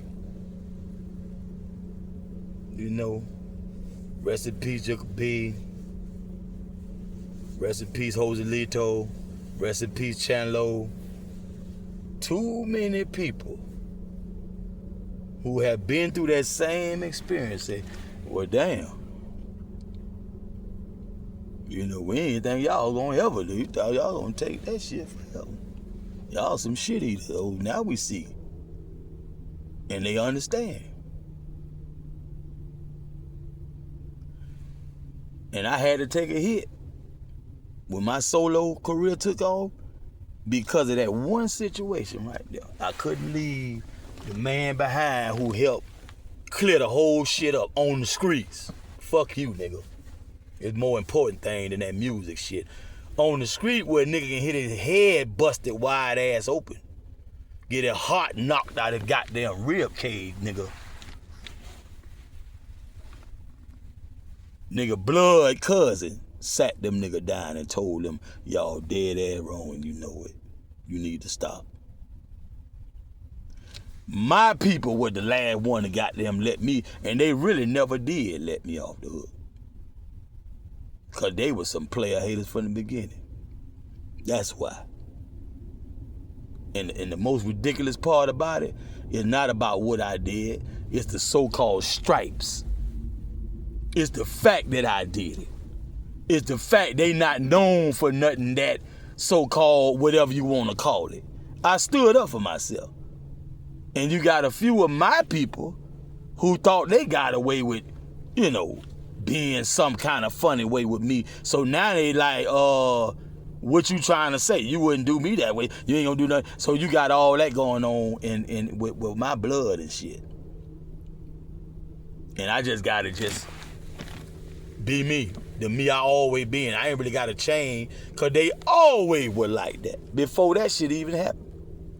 Itching for a scratch and whatnot, chip on the shoulder, short-tempered. Like they really wanna, when all these Shenandoah gym, Mopar gym, all these goddamn Varick gym, all these PAL, if you feel like that, nigga, wrap them hands up, put a mouthpiece in your mouth, nigga, go hop in the ring with a sparring partner, nigga. Slow that shit down, nigga. Get a dojo mat round this bitch. Dojang, Doquan, get out my face, get out my ears. If you don't do it fast enough, I slide right out the house, down the street, some motherfucking well. That's why I try my best and hustle harder than a motherfucker. Goddamn rain, sleet, or snow, goddamn sun up, sun down, to stay out from under my parents' roof and relatives and shit like that, because it's too much unnecessary bullshit coming from family.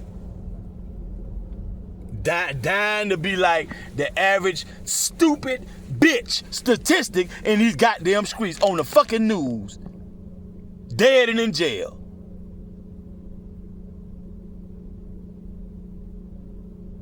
As if you can't find somebody out there on your level. Now you want to bring it to the me. The like nigga, I ain't never breathed at a nigga direction wrong. Ever. Never been a shit started and a bully and all that shit. Say that shit. Say that shit. And I ain't threatening or nothing, because I ain't stupid to your level, nigga. Like I said in a recent post, my daddy, my grandparents, and my aunts and uncles, they raised me a certain way, and I allowed myself to be raised. Because it was natural. It resonated with my soul, with my mind, with my body. That shit y'all on, I ain't on that shit. Spare me. Whether you blood or not, spare me, bro. Spare me. Because I ain't the one to get mixed up in all that shit. And it's now 2026. And right when the righteous and the real is being vindicated, you got the silly out their mind, out their wits, because it's a certain power that comes with this time, age of Aquarius. They call it the truth. And you damn right. They ain't lie about that. Because you got OnStar, LoJack, you got cameras on every light, Ring doorbell cameras on every cell phone, and just drones flying around and all kind of shit. Cell phone pinging off the tower. Yeah. You will find out the truth of the matter. Back in the day, on the real, a lot of that dirt was being done by Hillary Clinton and Bill Clinton and people like that, George Bush and all them type of people, El Mencho and all them type of people. But then you had us out here who used to have to take matters into, what would you do if you saw your daughter walk with her little sister, little brother, something, little sister and brother, something like that, and a van pull up and try to snatch him inside, and you caught up with him? And you saw all type of chains and buzz saws and bloody shit in there. I blow a goddamn head off them, drop them in the motherfucking Atlantic Ocean, the motherfucking Everglades, some fucking well.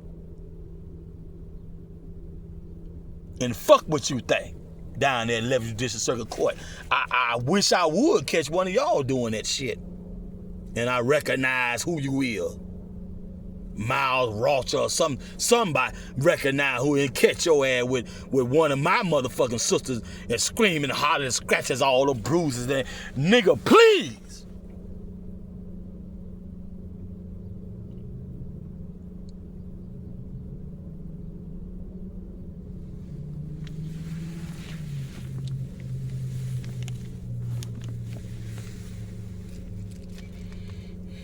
And a lot of people that came out their own mouth and said, registration, when you're doing professional studio shit, you know, you get a block of time or some time block at a studio, record, stamp, that's legal, that's law. Who wrote what? Sometimes you will lie about that, but who wrote what, who produced what, who engineered, what the time stamp, yeah. Then you got the 360 deal, for the most part, that's what a lot of people were getting. The 360 deals you nigga were getting. Then you get the backstory that you get straight from the horse's mouth, like En Vogue, Dawn from En Vogue. I sat down and listened to Dawn. I forgot who the host was on the show. Was it Vlad or whoever? But Dawn from En Vogue, you hear her side of the story. She talk about, not Teddy Pendergrass, Luther Vandross.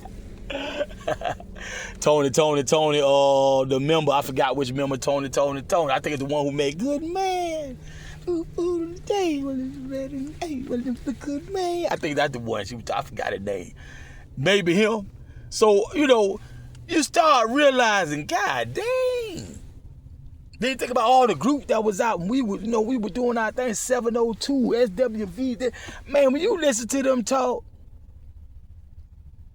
even people like Mary J. Blige, the ones you think, you just know they all right. Whitney Houston, you know they gonna be straight. Oh, man, they got something to tell you, man.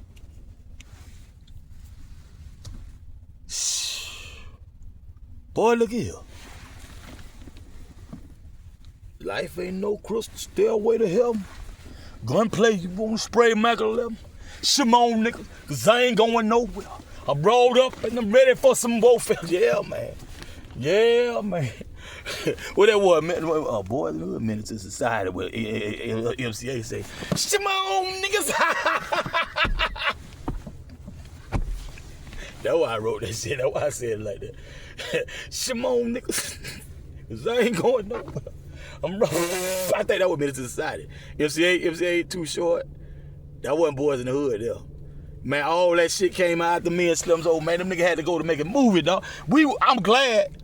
And we been wanting something like that, cause we was on Fred Williamson them. Jim Brown, Jim Kelly, you know, all that kind of stuff, blaxploitation. Pound Grill and all them. So, you know, we all in that. And rap. And of course the old music and shit, you know. Listen to Skillet and Leroy, Fred Seven Laugh Records, LaWanda Page and all the Luke Skywalker got to really looking for that shit. Go to find that shit, getting the album, goddamn Skillet and Leroy, LaWanda Page, them, the one, what's his name? Played Grady. I think he was on some of them shits too. Red Fox and all that type of jive, Richard Pryor, Eddie Murphy done came out. But he came out first, Delirious. But then me and Slimzo put that thing down in 1991 June. Telling you, boy, that claim to fame. The Wick too. The Wick. His solo, not the Crump song. That was one of the first goddamn only thing you had Crump back then was 135 beats per minute, man. Clay D, give me your body, now that's Crump. But Crump music is not 135 beats per minute music. They call that booty or bass music, right? 135 BPM. What we were doing, you ain't had no, okay. You ain't had none of that. Jeezy, you ain't had that. That type. Matter of fact, they say when Jeezy first started rapping, he sounded like Trick. Back in the BMF Blue Da Vinci day, before BMF went down, they say he sounded like Trick. They had to stop him. I ain't gonna tell y'all somebody had a song that the goddamn 11th Judicial Circuit Court locked my ass. Every time I make some shit, you look around, every time I make, they lock my ass up so I can work that shit. Well, I was yelling and I was whispering.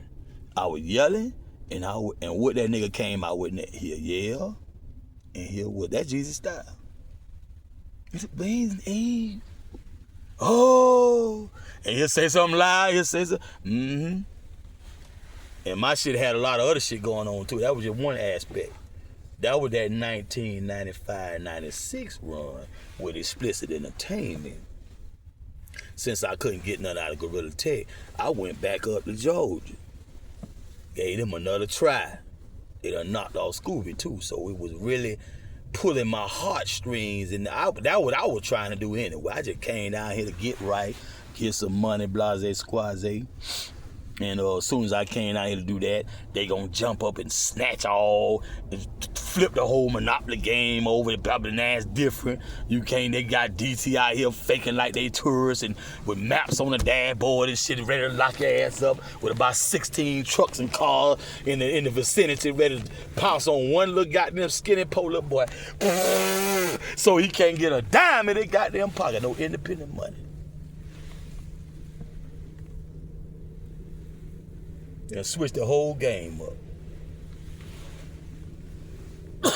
No more game time, and man, I did that some previous posts. So I ain't even going there.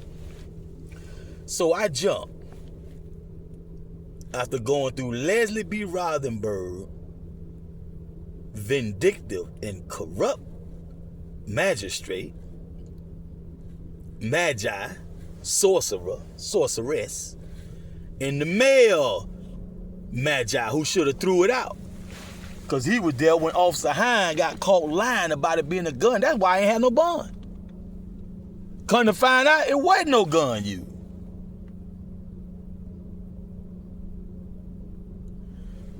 The one victim female, the female witness, and the male witness, they all said, I don't see the man nowhere in the courtroom, but we did get robbed though. So they went through all that and waited that long, about a year. Went through all that, waited that long to come in there and find out, oh, they ain't even got him. Oh yeah, that's the man that was standing out there that day when it happened, and they took him to jail. They probably were thinking I had something on me, so they took me to jail.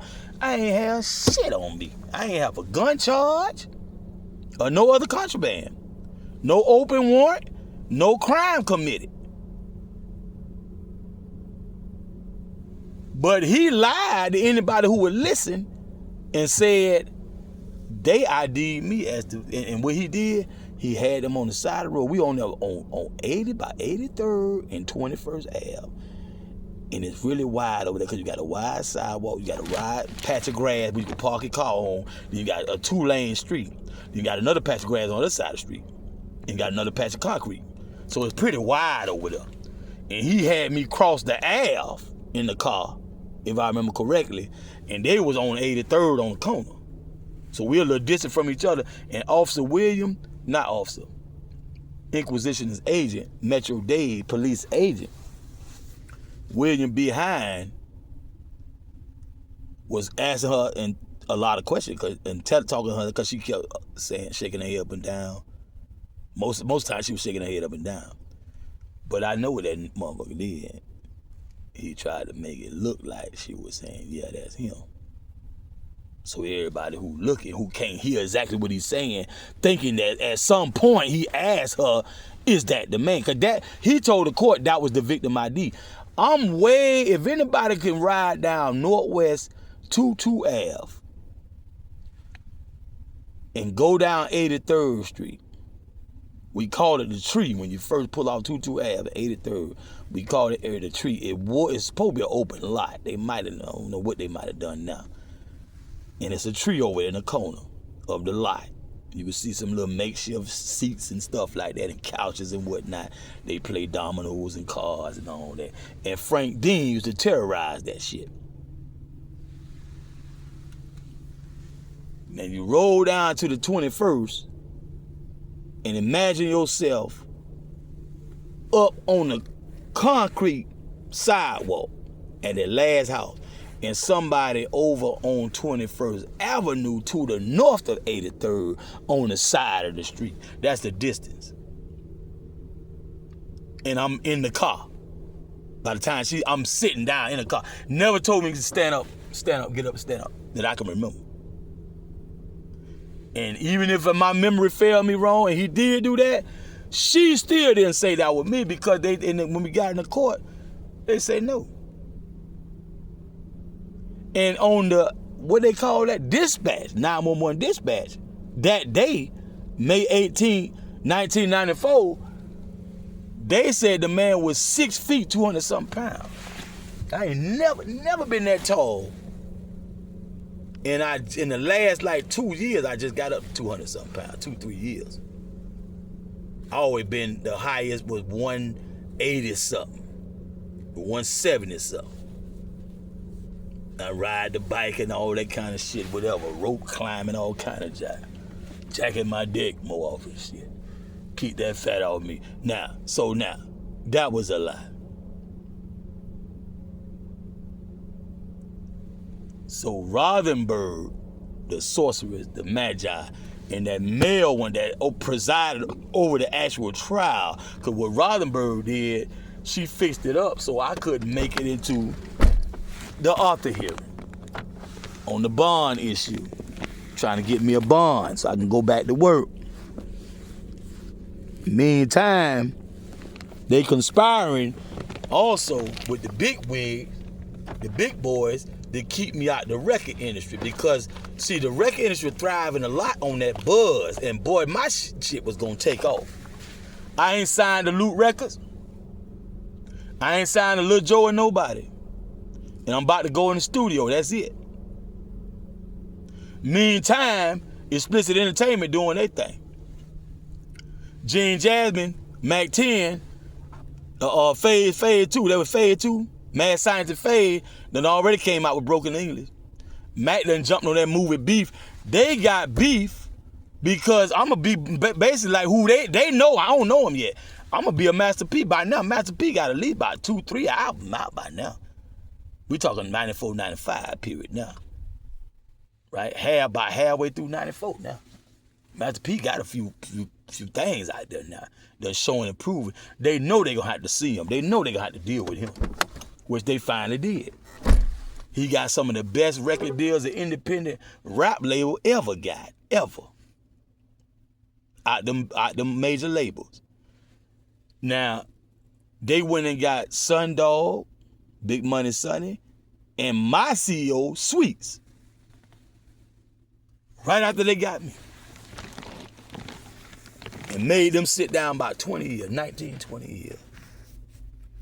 And they screwed me over for the whole time because, number one, giving me a felony conviction. Knowing I'm operating in the mean streets of Atlanta and Miami, doing it how we do it, Too Short, Ice-T, Luther Campbell, we sell out the trunk. E40, we sell out the trunk. But look, you doing commercial, EIN Dun and Bradstreet registration with no pistol? How you start from the bottom going to afford? A damn sure can't afford no damn bodyguard. And armed security, the same thing. Same damn thing. That's one of the main reasons why they did that. They trying to break me down. They took one of the only people who would go in the studio and work. Sweets jumped at the opportunity. The Towner, Cherokee Chris, AD slowed it down. Because by the time Sweets showed up, we had an agreement that I was going to do a lot of writing for them and we were going to form a group. And I didn't want to just run off with Sweets and leave him behind because really, truly, I found Sweets through them. I ain't going to run off like that. So when they backed out in the last minute, like I said in a prior publication, man, Sweets looking around like, how these niggas playing? What these niggas got going on? He slid back in the car and pulled off. That didn't look right.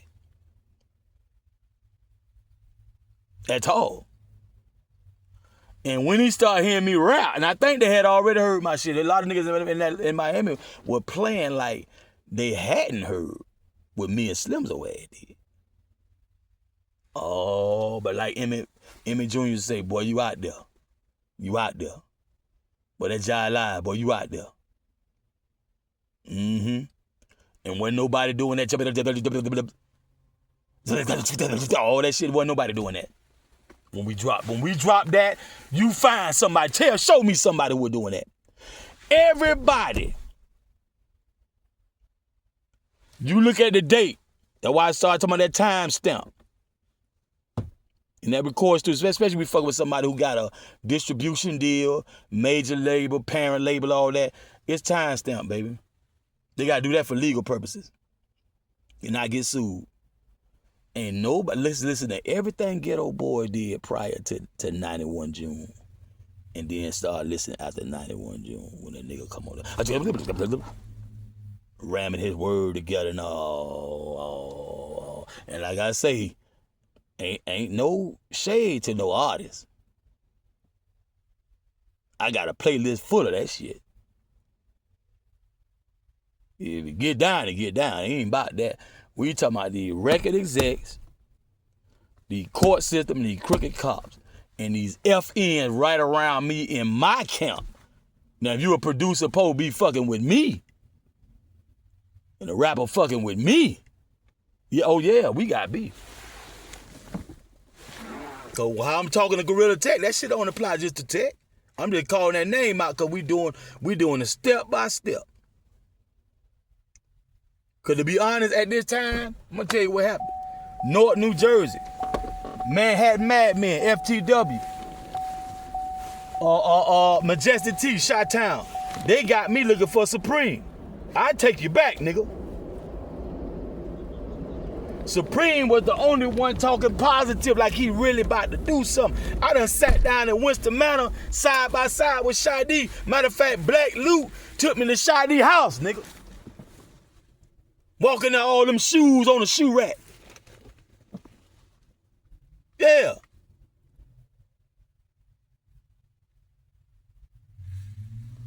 And when I come back in 95, Dirty Dozen, I'm looking at these niggas face. I thought I was finna meet some new niggas. Out of Atlanta, out of Decatur somewhere. Oh, who these niggas from Marietta or some goddamn well, who these niggas is? Cause I just know these niggas. Who, him? This nigga here, that nigga. All I knew before I left was Jeannie and Matt. And Matt bust some shit sound like Scarface first. He pulled out the pump. Then he told him he said just like Scarface said. Right? We was Eastwick. Okay, he said, yeah, Matt rap boo boo. When I come back in 95, Matt, the only one on the record was Slim though. Atlanta. This shit tight. I said, okay. I'm walking to the opera. I met Tampa, man from Tampa. Dirty Dozen. These niggas I been seeing, man, we used to run from the police together. Man, why y'all niggas see me walk past y'all go to Slim's old house, get cussed out by Granny, when y'all only got beat machines in y'all motherfucking house? To hook up with the little shit Mac had in my house to make some more shit. Them niggas, they niggas kept saying, you and Queen, what you and Queen gonna do? I don't know these niggas really rap. I think these just some street niggas who like rap. These niggas producers and rappers too. A lot of them niggas producers. I say, damn. But we doing it now. I was okay, so they got a song on the radio. You know, they got a video. We got a record company, like what they call it? A record studio and a record store. Selling records, tape, CD, boo-boo. Okay, all right. And Riverdale and Swartz. Now, mind you, oh man. Outkast had already came out. Ain't nobody ever mentioned Outkast around me on the street. This around the time when niggas first stopped coming to me with music. It took a long time for me to hear, and when I started finally hearing it, I started wondering about what some of these niggas around me who supposed to be my partners, because something different now. Why I'm just not hearing about Nas? Why I'm just hearing about Outkast? Then Good and Mob drop this shit. This all this on the Rico Wade Dungeon Family Blase Squaze. Organized know it. Good and Mob come. I said, damn, boy. We done took over. Like this type of rap this type of rap. You got R&B artists. Every time you look around, they with a whole hardcore ass nigga, got a hardcore beat. This shit raw as fuck. We only had a handful of songs back in the day when the Real Roxanne with UTFO and with Bow-Legged Lou and all the motherfuckers. What the other one? UTFO, but you had Full Force. You had, you ain't have but so many TJ Swan, MC said, but now, man, you got some big name, cause you know what I'm saying. The R&B person a lot of time wasn't an R&B artist, it was a person who was singing. It's a difference. Now they got real R&B artists who got albums and videos and whatnot and woo. Like, man. ODB gonna get with Mariah Carey in a minute. Man, with that me and Mariah, man, this shit is on and popping. And I'm looking at the slow pace these niggas moving, like as if, man, come on, bro, it can't get no better than this for us. Now this right down our alley, this is what we do. And you see, everybody see how they on our heels, player, especially with some of that style and whatnot. And like I say all the time, a nigga ain't necessarily had to bite.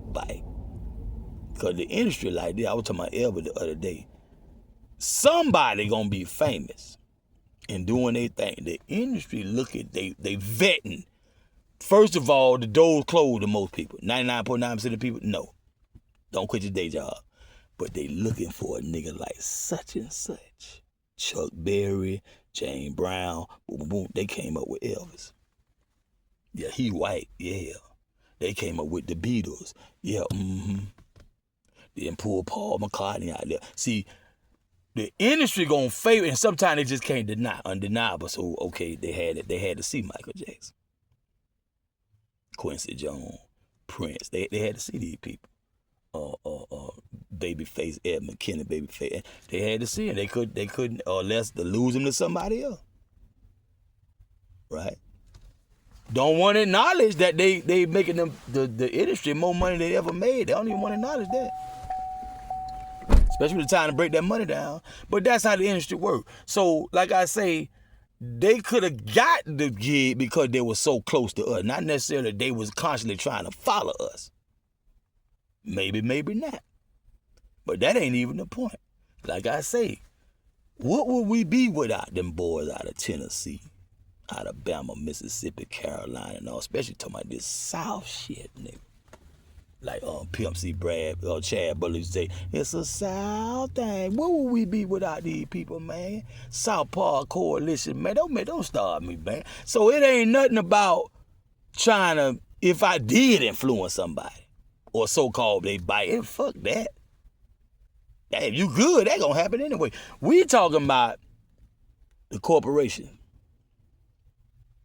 who would influence even a judge and arresting officer to make up a charge and stick it on me, and it fucked my whole life.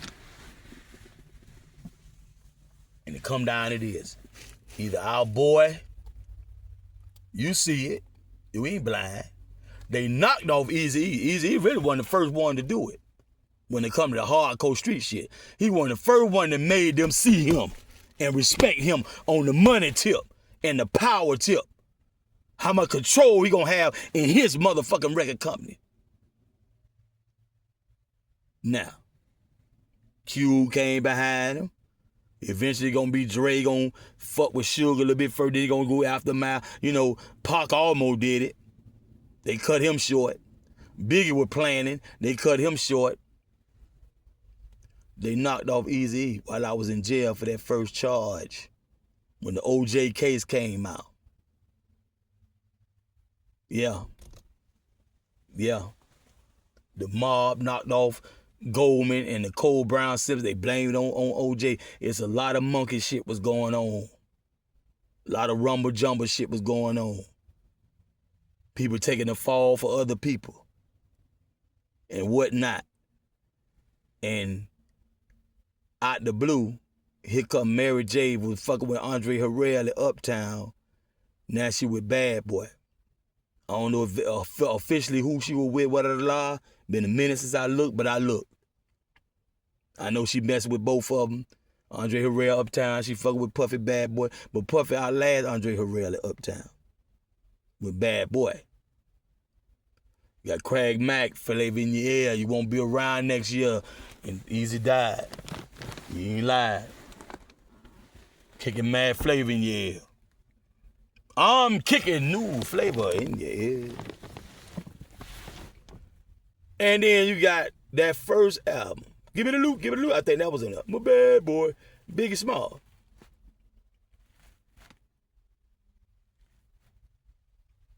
Now I'm going to spare Biggie because he's deceased. I'm going to spare him.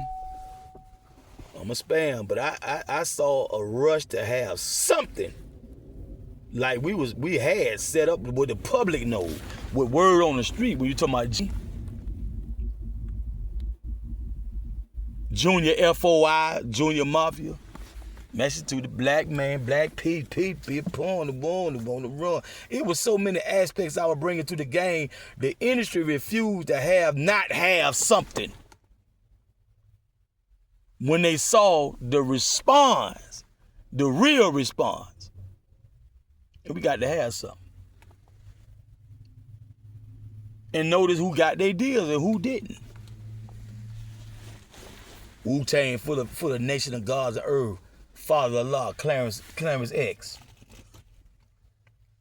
Clarence, he got a number for it and I forgot it. Clarence 13X. Should be 13X. Problem 13. Should be 13X. Father of Allah.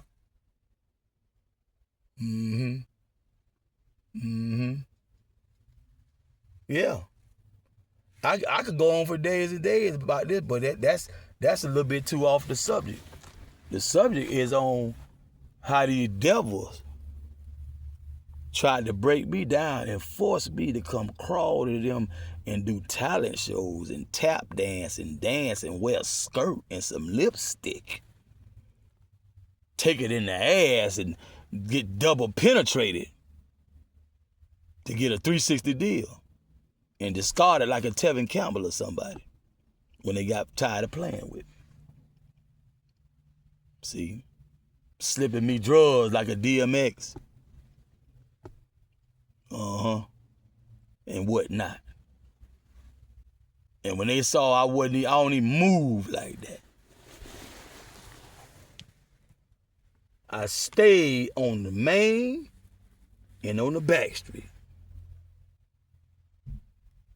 In the house, at a relative house, at a close partner house. I'm in the car, he in there.